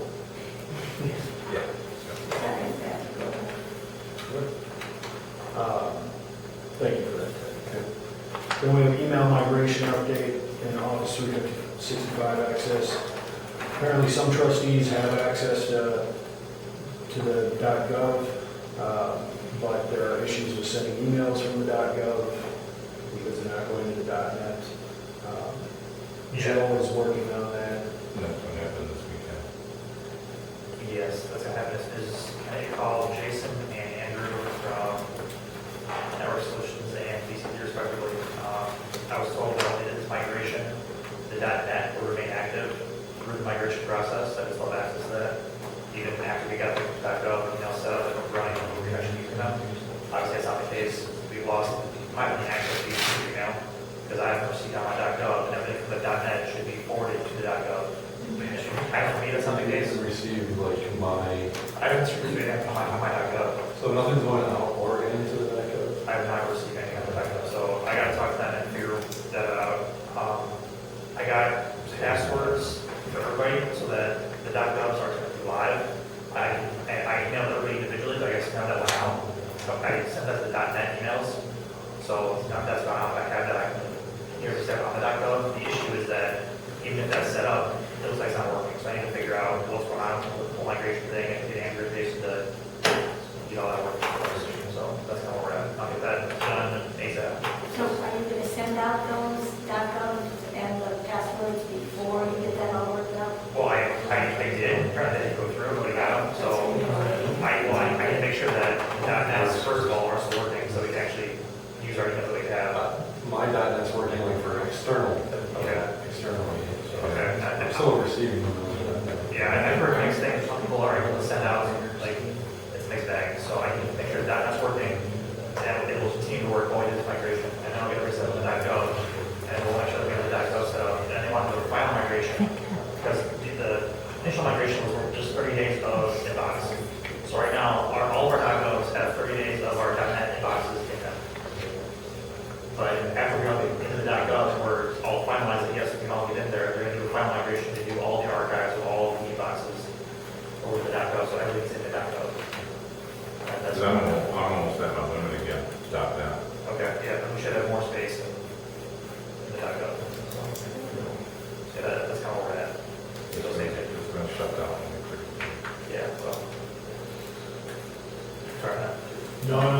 you're good. And it also says Office 365 access. Joe, I don't know if that's part of it, but we should have cloud OneDrive access then. Yes. That's, All three. okay. Yep. Right now, And then we won't have storage problem. We should have OneDrive, and if we need to expand, I think it's a lot easier to expand on that. I don't know what our Dropbox is right now, I can't get into the Dropbox, I'm not sure what that looks like, but hopefully OneDrive should simplify all of that, so. Yeah, say OneDrive, we can just put one copy up in the share between everybody. Right. Just put one agenda up, one board packet up, and everybody. Right. just email us a link. That's what we need, yeah. I don't want to do it the way we're doing it anymore. Yeah, so if we have one file management system, Yeah. we can just plug and use it, so that's where we're going. We're at, it's not a good place, we're going to get a good place. Okay. All right, and then that also ties into the village emails for citizen representatives on boards and commissions. We want to make sure that the .gov is ready to go so that we can set them up in there, because it doesn't benefit them to start on the .net and then have to switch over. I think that's kind of why some of the .NET issues haven't been resolved, just because we weren't doing that migration over. So I want to migrate over to the .gov instead of trying to, toe the line a little bit. So hopefully this should be Say anything resolved here on that long. Yeah, and the residents that are on committee, they're happy that we're teaching the .gov, but they don't want, hopefully this got to be resolved. So when you're writing up yourself, it's easy. 'cause you can say, Personnel committee. yes. Employee health insurance. Paul, followed up on that, did you speak with the employees? All we have to do is figure out our financials. And we'll, Is it all? Um, and,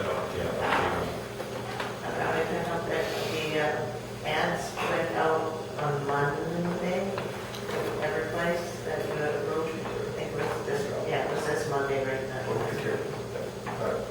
Anyhow, they went out to legal municipalities and the clerks association and the newspapers. So the treasury posted that, that's great. We've had a contact from one person on the clerks list.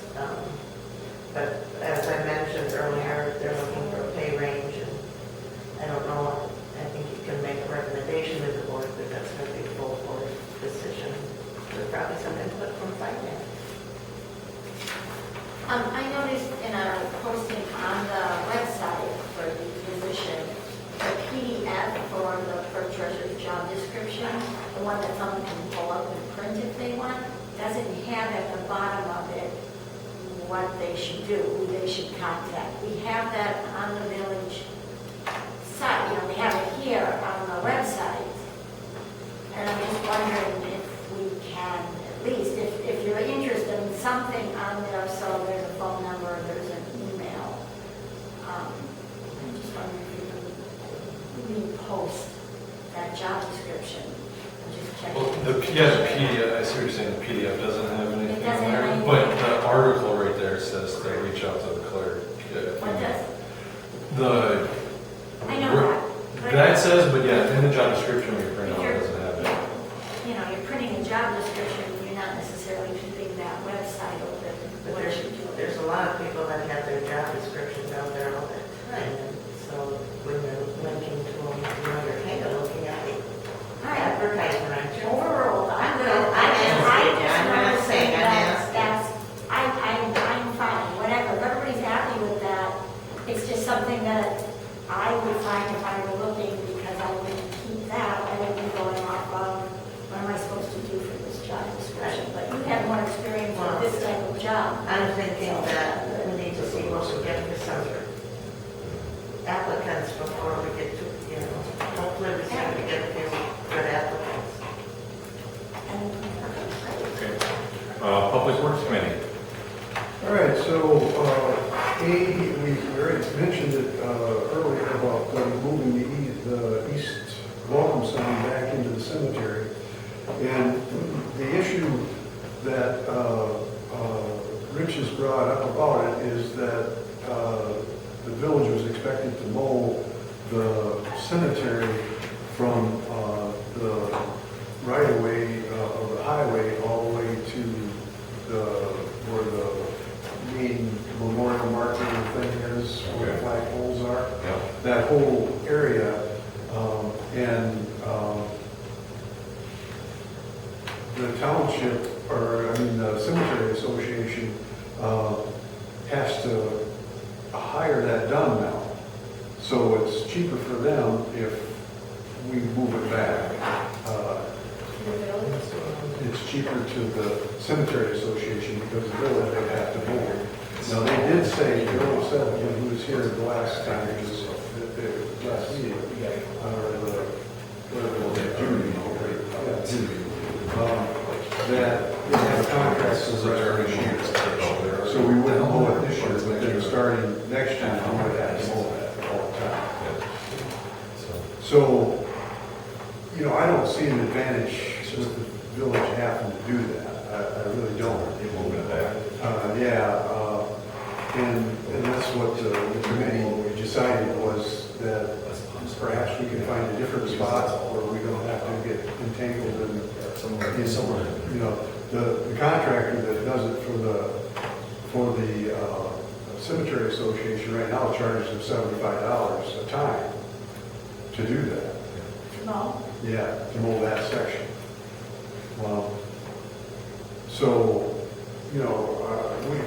I'll read the motion. This is a motion by Joe and seconded by Don to recommend to the village board not to move welcome signs back to the cemetery. And I think we can investigate some other places that we might be able to put it so that we can get the message board back on, but it can't be on the highway right away, so. Okay. Well, I think you two said it was overlapping that lot line by like a small margin. Yeah, it wasn't very much. Yeah. So. It was up here, it wasn't the sign that was on there, it was the overhang, it was the NA on Arena. It was on the right of way, they wanted that off. Well, it opened up a whole can of worms, and Bill got his way, so we had to move it, then the DOT got involved. The sign board had to come off the signage, there's no signage on the DOT right away. So we put it up at the water tower. Now we got complaints that people don't like it up at the water tower. Well, Bill wants it back out there, so we put the signage board back on it and mow for it. If they want to put the signage board back there, that's fine, but I'm not moving the welcome to arena sign. I see it as it's welcome to arena, not welcome to the village arena, right? Or is it saying I village? think it says village, I think. It's on that pamphlet, it was on your pamphlet. Well, if it said just arena and not village, it means the whole area. It's on there. This one's arena. Village arena. How much was it cost to move it in the first place? It was just the cement cost, but we had to cut off the steel because we had to tear it all apart and then that brick around it, but it looked like this one. Now it's just the steel posts that go up it. And then it was the time, it took us a week and a half because we had to pour new footings. And then we had to get digger. That was the biggest thing, is get the marketing guys out there. But And if it's moved, it'll have to get moved completely off the right of way. Otherwise, Yes. DOT is going to say we still can't put the signboard. So the committee made a recommendation, so the board like to act on that recommendation? I will make a motion that we don't proceed, don't move it into the cemetery as presented, but refer it back to the Public Works Committee to look at our options. for the signage board, For the signage board, not the welcome to the arena board. yeah, for the actual signage, because you're not gonna tear that one out. That one can stay where it is. It's just the signage board with the letter right to it. Well, maybe. Okay, so can we shorten that a little bit? Yes, motion to, sorry, Robin.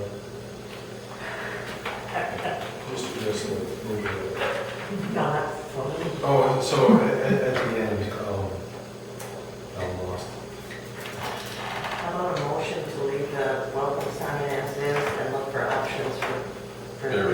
Yeah, I will motion to leave the current sign where it is in the right of way, not move it to the cemetery. That was my plan. So we have a motion by Ted to leave the sign where it is Do we need to add and refer it back to the public works. to look for other options for the sign board, the message board? I'll second it. Okay, motion by Ted, second by Matthew to leave the sign where it is and refer it back to the public works committee and look for other options for the sign board. Further discussion? All those in favor? Aye. Opposed? Motion carried. All right, the next item is B, funding through the Wisconsin DOT TAP program.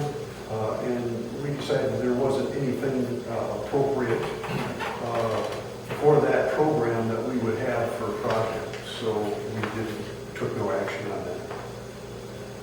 I don't know if you need the board need to do any action on it. I guess, what does that all include? Like, does it, to specify my question, sorry, Steve.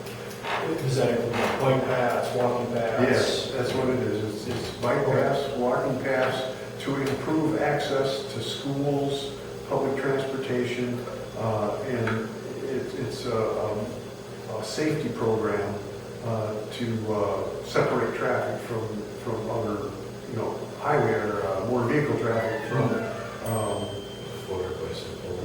from bicycles and pedestrians. And there's some other things. There's like drainage issues and things like that, but it's nothing that applies to anything that we would have. Well, you said drainage issues. Would that apply to the project or the possible project? Only if I read through it and it didn't appear to, because what they're talking about is like road erosion where it's eroding out the road, something like that. It's not talking about surface water. Might be my last question for you. In the past, there's been discussion about putting a walking/bike path out to West Park. Is that something that was considered? Well, I could. I didn't know that anybody ever considered that, so. I mean, this might be my first time on board, but there was discussion then about trying to put a walking or a bike path out to West Park down Pine Drive. We might have to deal with right away and different things, but keeping people off the road, if they're walking, I don't think it's a terrible idea. Yeah, I've heard that from a couple of people. That's why I think I brought it up with your choice. In correspondence of now this and the water drainage is a possibility to given the cost to combine and save money at a path at the same time. But and there's also a gas main break along there. Right away is the biggest. That's what I heard. Yeah. Because we We can look into it, and, the thought we had was that pass along Village Edge Road maybe would have qualified. But what it is a 2-year program, and the municipality has to pay the total fees, cost of the improvement. It's already approved by the state, but the municipality pays the total cost, and then they reimburse back to the municipality. So You're competing with everybody for the pool. Then just because you brought it up, is there been any consideration of extending the walking path that's on Sharon Street all the way down to Pine Road? there hasn't been. Yeah, because it stops at the park. You could continue it down to. On this. But extending it down. I mean, I'm just spitballing here, because I know, like, if I'm walking to the park, having to walk, I would probably prefer to walk up Willow Street and then over, but You could go through. to Side me, streets. I don't know, it's not that long of a path, so I know even where the path is now, and I don't know the exact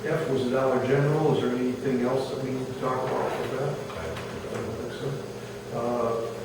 G is parking lot, which already told you it was repaired, Tri-County did that. H is the street parking, we already talked about that, I think. We need to talk about that anymore? Well, specifically trailer. There was trailers parked down in Delagasa, and one of the guys that were approached from somebody asked me for the village ordinance on it. I took it over to him, and he asked who could enforce it. And I told him, as all I know is the only ones that can enforce our ordinances is the sheriff's department. How big a trailer is it? The one is a lawnmower trailer. I think it's a 5x8. The other one's 10 by, or 8 by 14, I think, closed trailer. Yeah, he was putting it, the hunting trailer, he was putting it together, that's why he had a park there. So, I talked, there's 3 people, I talked to all 3 of them. Yeah, just told them, I told them of the ordinance, stuff like that, because, if you can move it a couple days, it's 72 hours plus a truck and trailer parking, if you can move it in a day or 2 days, and that's fine. That was the other question I have. What is the definition of truck and trailer parking? Because there's 2 definitions, and I am completely against the one, but I completely go along with the other one. My truck and trailer parking is semi-truck and semi-trailer. Yes. Or a big dump truck and trailer. Or a big dump truck, Yeah. like a work truck and trailer. Yeah. An enclosed trailer like that and a pickup truck, I have no problem with that, because everybody's got a pickup truck. You telling me that they cannot park a pickup truck on the road. The sign out there says no overnight truck or trailer parking. Yeah. So that's the definite, that's what I'm trying to clarify, because that's what I've been asked. Yeah, I think, we'll try it. I think it's more for bigger vehicles. And that's how I took it, Yeah. is work vehicles, not, and somebody says, well, I use my pickup truck for work. Well, that's where the common sense comes in. A pickup truck does not. Yeah. I know people with RVs that they're semi-trailer, like they're semi-tractor. Yeah. It is registered as an RV, so it's not a work truck, but I understand. So the biggest thing, Semi-trailer. they're parked 72 hours. So, and that there is a parking regulation that you can't park in the same spot for 72 hours. With the 8 by 14, what if I move it ahead? You're good. He goes, well, I'll move it ahead and work on it more tomorrow. I'll be done with it in 2 days. Okay, that's fine. So, yeah. That's what I think too, is semi-trailers or Well, dump trucks. Large commercial trucks. Because that was pointed out to me, so I drove down and read the sign to see what it read, how it was stated, and it said no overnight truck or trailer parking on village streets. So to me, truck and trailer is semi-truck or trailer of some, Should it read commercial truck and trailer? I don't know. well, Yeah. But it is there was a small trailer, but still, it'd been out there for like a week. So, but, yeah. We have to take any action for that, right? no, because there's already an ordinance for it. All right, update on Kubota skid steer and sweeper. So, Rich did get the skid steer and the sweeper. And there is a purchase price on this invoice for the skid steer and sweeper, so we can use those for the insurance. So I guess, is there any questions on that? We got it, and we're using it. I wasn't aware, so I don't know if everybody else is aware, but it's a yearly trade-in, so you're only paying $2,500 a year. You're getting a new one every year, it's always under warranty, there's no. Yeah. So it's not like we just spent $70,000, but we then, or $50,000, but you traded in $47,000 or $500, so you're only paying that. And Rich has to budget that every year. Yeah, that's in my book. It's convenient. Any other questions on that? It's really convenient. I is updated paid on a new truck, and Richard said that about a week ago, the salesman told him that it would be in Monroe by this time, but we don't have any evidence of that. Yeah, I do not have that confirmed. And then K is employee working hours. So we talked about that, and Rich had indicated that when Andy was still here, they used summer hours.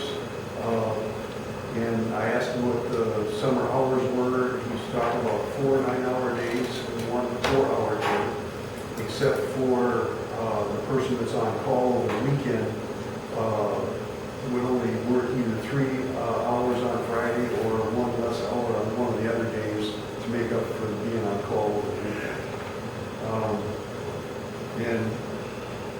I personally, I know that years and years ago when I was on the board before, our public works people did it. At that time, we had summer hours. It was, it's not in the ordinance, obviously, but Yeah, ordinances. Update the personnel manual to allow for it in place. So, I made a motion and Don seconded it to recommend that the public work employees be allowed to go to summer hours from Memorial Day weekend through Labor Day weekend. Your motion? I can? I'll make that motion. Motion by Steve, second by Ted to approve the employee summer hours from Memorial Day to Labor Day. Yeah, Memorial Day weekend. Weekend, Labor Day weekend. That way it includes the previous Friday in case there's vacation. Further discussion?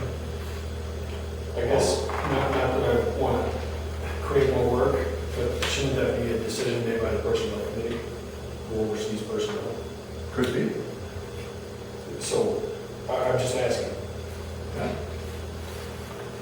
Because as Robin mentioned, you need to update the personnel manual. That's the personnel committee's job. I was told to put it on my agenda, so. That's fine, I'm not. I think it was, it was put on Public Works just because it happened. It's already happened. It already happened, so let's just, How about you have let's get it done. for 2025, and then that would let personnel do something for moving forward? If you just approved it for this year? I don't know, I'm just throwing it. Well, that's all we're approving it for is this year. Yeah. Okay. Unless we put it in the personnel policy. But that's why, Is it inappropriate to have the board go, yes, and it's already in place anyways? So Yeah. it's not like the personnel committee has the opportunity to review it and decide no or yes. This is what we've kind of embraced. What the personnel committee needs to do is get it into the personnel I was just saying, policy. do we want to vote on this and then second motion to, or Send it to the send the personnel committee to update the, to update the thing. I mean, I kind of think that makes sense. I would say I don't think you need a second motion, the personnel committee can just take it just up. take it. yeah, you don't need to refer to it. That is part of your duty. But that's why it was on Public Works, because it already happened, and so let's just work with it and approve it. What was the second one? The approving of it? Yeah. All those in favor? Aye. Opposed? Motion carried. Public Safety Committee report. I had quite a few meetings and ride-alongs with Howard County and Sauk County and Sheriff's Department over the past month. One of my meetings was with Sheriff Peterson and with one of his lieutenants, at the shop. But out of those meetings, I was asked about putting a permanent prescription drug drop-off box here.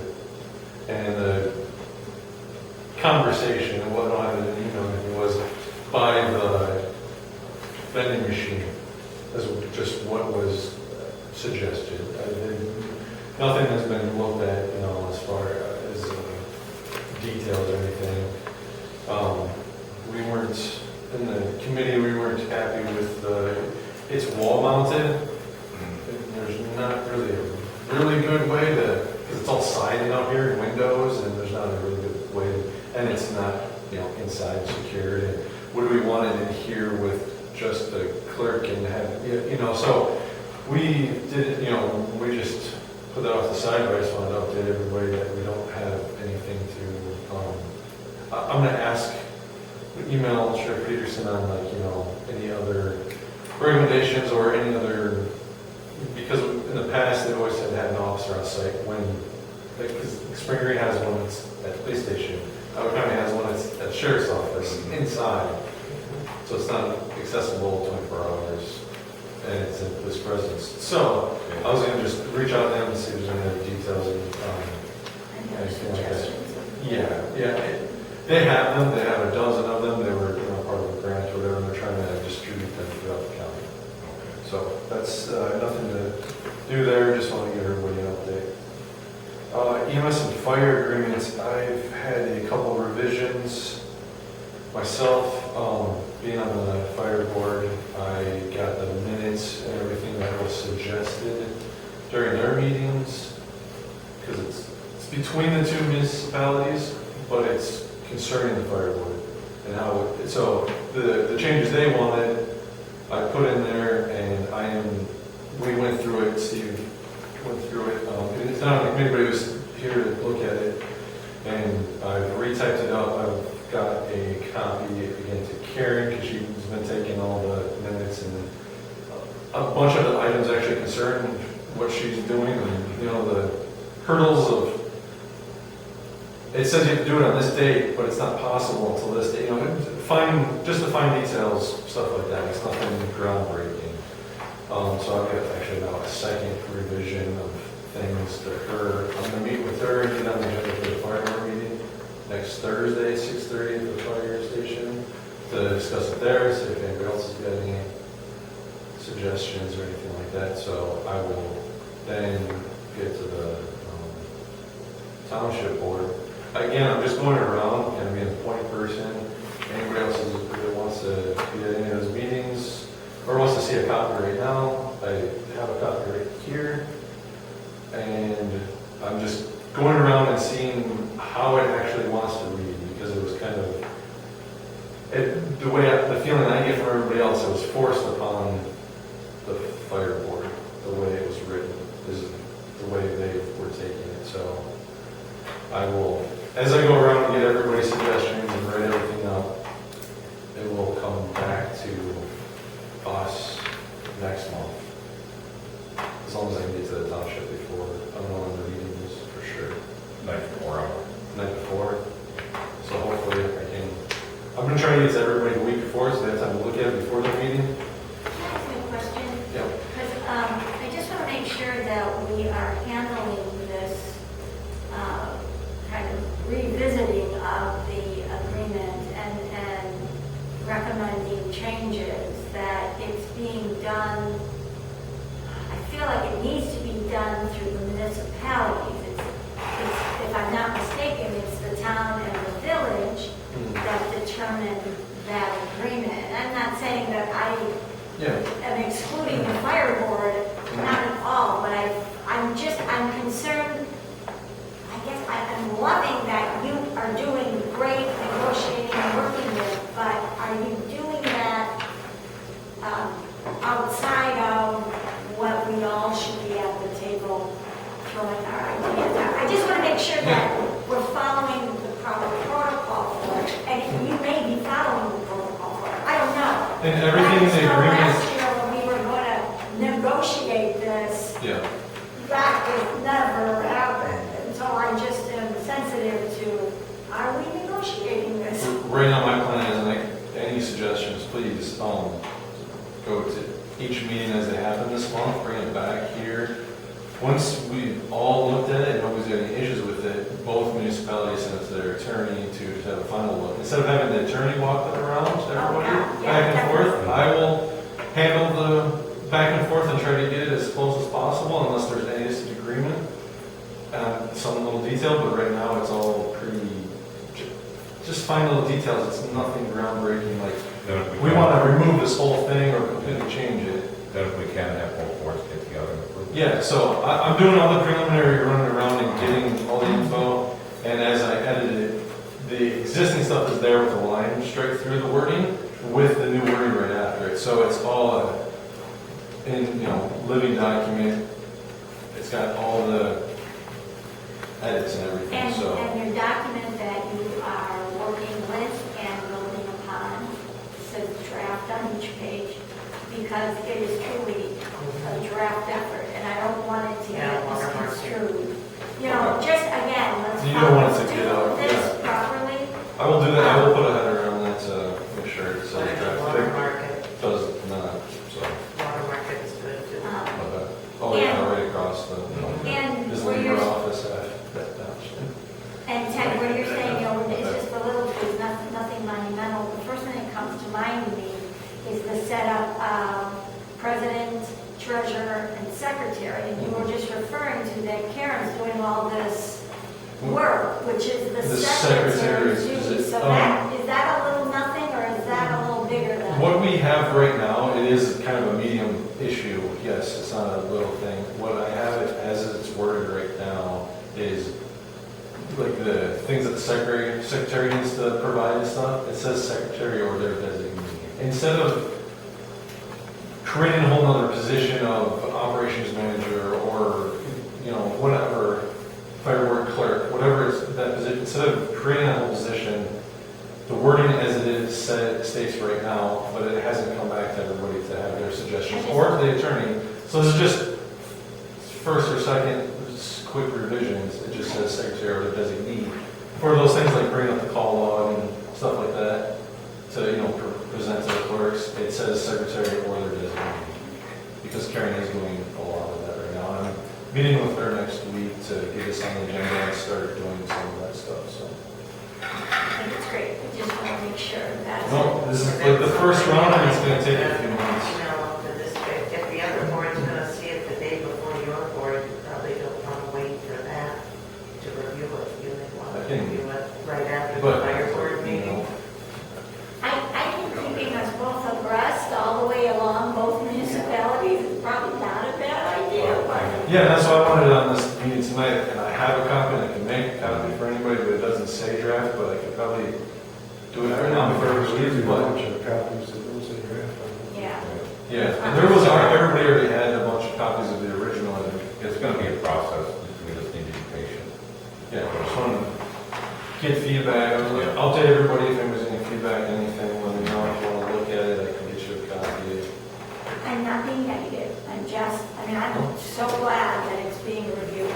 I just want to make sure that we're doing it transparently Yeah. and inclusively. That's why I wanted to go to everybody's meeting and just, hey, this is what's going on, any questions? I do think Robin has a good point, Yeah. if you're showing it to the town, make sure that The we only also other are seeing. person that's seen any of this draft is Karen has the only other copy. Just So, make sure it's in draft. well, But what you're gonna present to the town, why don't you send a copy to these people as well? That way they both look at the same thing. And we're looking at the same. yeah, I will send it from my .net to everybody.net, just in case, because it seems like the .gov might be the But issue right now. you could wait until after, when's the fire board? meeting? Next Thursday, 6:30, Wait until after, because the fire board will. before the. They will look at it first. Yeah, she will. But after that, then that's a bigger version. After I do that, everybody, Municipality. revision before the township, which is I think like on the 1st, and then ours is on the 2nd of next month. I'll get a copy out in that board pack. Because then we can all start looking at. Yeah, and I'll get it on a week before the meeting, because it's 11 pages, you don't want it a day before, you want it a week before. 5 minutes. Okay. Couple other things quick, update the police evidence and records storage, just so everybody else, the committee, we got updated yesterday. What I've learned with moving things, it's not a quick, easy, just get everything. Yeah, it's a bit of a, pretty much have to have Stephanie on site because she was the previous evidence person and she now works with the new department, so, and then their evidence person, because he would be then taking custody of it and logging it into their system. But suggestion to get everything possible that can move, which isn't everything, to the county was like 40 hours for 3 people. So all week, 3 deputies. And so that's not cheap. So that's why I wasn't quick enough to do anything. I met with him like 2 days after our last meetings. I tried to get it going, and that was what I got. But again, I met with them on Monday, and I think Wednesday, Stephanie came and moved the stuff that wasn't secured to Iowa County. The only downfall is we don't have anything in our agreement with Iowa County on like special occasions or special requests. We just have 16 hours like per month, 4 hours per week. That's all they can bill us. So to get it done in 2 days and get it out, it was just they're taking 2 hours off of our patrol hours for the month. So we're going to be losing some patrol hours. So we should, I'm going to look at that too, but add something in our current agreements. I don't know if it can be added right away, an amendment, whatever, of, special requests, stuff like parades or events or something like this comes up, we can have an amendment on there to say, this is how we're going to handle that. For special events. Matthew, do It you? was, yeah. Those are special That's events. They would just bill us on the same Just bill us hourly. for it. Well, I haven't seen the report for June, so I don't know which way for sure it's gone, but that's what I was, I don't think that's what I was it's presented. I think it's already in the contract. And when it was only an hour or two, which is what Stephanie said, because that's the information she got from Mike. So that's what I just received, but we can bring that up. I've been emailing to talk to him like every other week right now, so that's not a problem. We've been chatting all the time. Nothing on there, I just want to give you guys an update on this. I guess one more other thing. As far as moving all this stuff, besides the cost, some things have to stay here. They are property of the village. So any open case, 7 years past the closing of the case, it has to stay here. Case files. Or if it's a serious crime, homicide or sexual assault, any more of those serious level felonies for the lifetime. He said forever, but I didn't get clarification on if that's just lifetime of all parties involved, or is that forever? I don't know. So even if we did move everything out and spend that large amount of money, if you do the math, it's thousands and $10,000, whatever it is, there would still be, it could whittle it down to a locked cabinet of files, or a much smaller room of files. And then if it was organized, you could go at year 8, pull out the first year, at year 9, pull out the second. Okay. So stuff like that could be done, but it's going to be costly to get that established. What's custody of those things while they're here? That'd be, Well, we have custody of the building, and Iowa County has custody of the room. okay. It's locked, and they got the key. Okay. Because there's open cases, and there's lots of evidence in there. Okay. 2 canine units in Arena on Highway 14, they were very busy. But if anyone has got any other questions, on that stuff, but Quick question for you, Ted. So, do you have a bunch of paper documents back there? it's less paper and more other, boxes full of stuff that canines would find out of vehicles on the highway. Yeah, I'm just thinking. But it is, I don't know the exact number, but she said, yeah, it's more evidence and less paperwork, but there is a lot of paperwork as well. And the reason I ask is, if we're trying to downsize the space, is it possible to digitize those records for each individual case so that That's a good question. we don't have to have paper files just sitting collecting moisture?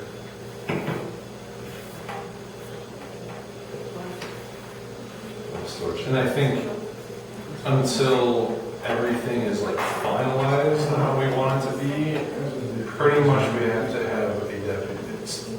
It would come down to Stephanie and them $70 an hour on site while anything is, if that door's open, she's gonna be here to keep chain of custody on all that stuff, so. And I will follow up on that.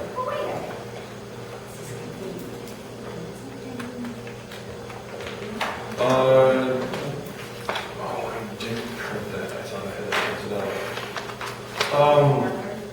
The monthly activity report, there was nothing, I saw walking dog without a leash, a fuel drive off, nothing, groundbreaking, but again, when I had my meeting with them, addressing the 10, 11, 12 days in between they were here, that meeting was after the May report we just got was at the end of the month. So I won't know if that's gotten better, the 4 hours per week, it's written out, until we get this month's report, which probably may have been, and it may have came yesterday. No, you're probably gonna get this next week. So we'll look at that, but it didn't seem like there was, I also requested, add another word or two, like instead of speeding, how fast there's speeding, ordinance, what ordinance, stuff like that. Just a couple more words is what I requested, and 4 hours per week, not having 2-week gap, because they did 8 hours here, 11, 12 plus day gap, and then 8 hours. So that's what my request to the sheriff's department. So we'll see on the June one, and I can go from there. You got a gas drive on, Fuel a dog drive at off. large, walking dog without leash, EMS. Yeah, there's a couple of EMS that Steve could, he stops at, EMS calls. all the 2 time. traffic stops. Yeah, and no detail. Very helpful. So that's the activity report, updates. Nothing to approve or motion on any of those things, just one where everything good. Okay, planning commission, Safety committee working again. planning commission, no report. Hopefully, there should be a report next month. And public comment. They're all sleeping on the left. Date of the next meeting, Tuesday, August 4th, 2025. I won't be here for the August meeting. You won't? Brings us to the next adjournment. Do I have a motion to adjourn? Second? Okay. It's not August 4th. It's August 3rd. August 5th. That's the first Tuesday. Okay, yeah. August 5th. Date of the next meeting is Tuesday, August 5th, 2025. Thank you. We have a motion by Becca Raven to adjourn. Do we have a second? Did we? I'll second. Second by Matthew. Further discussion? All those in favor? Aye.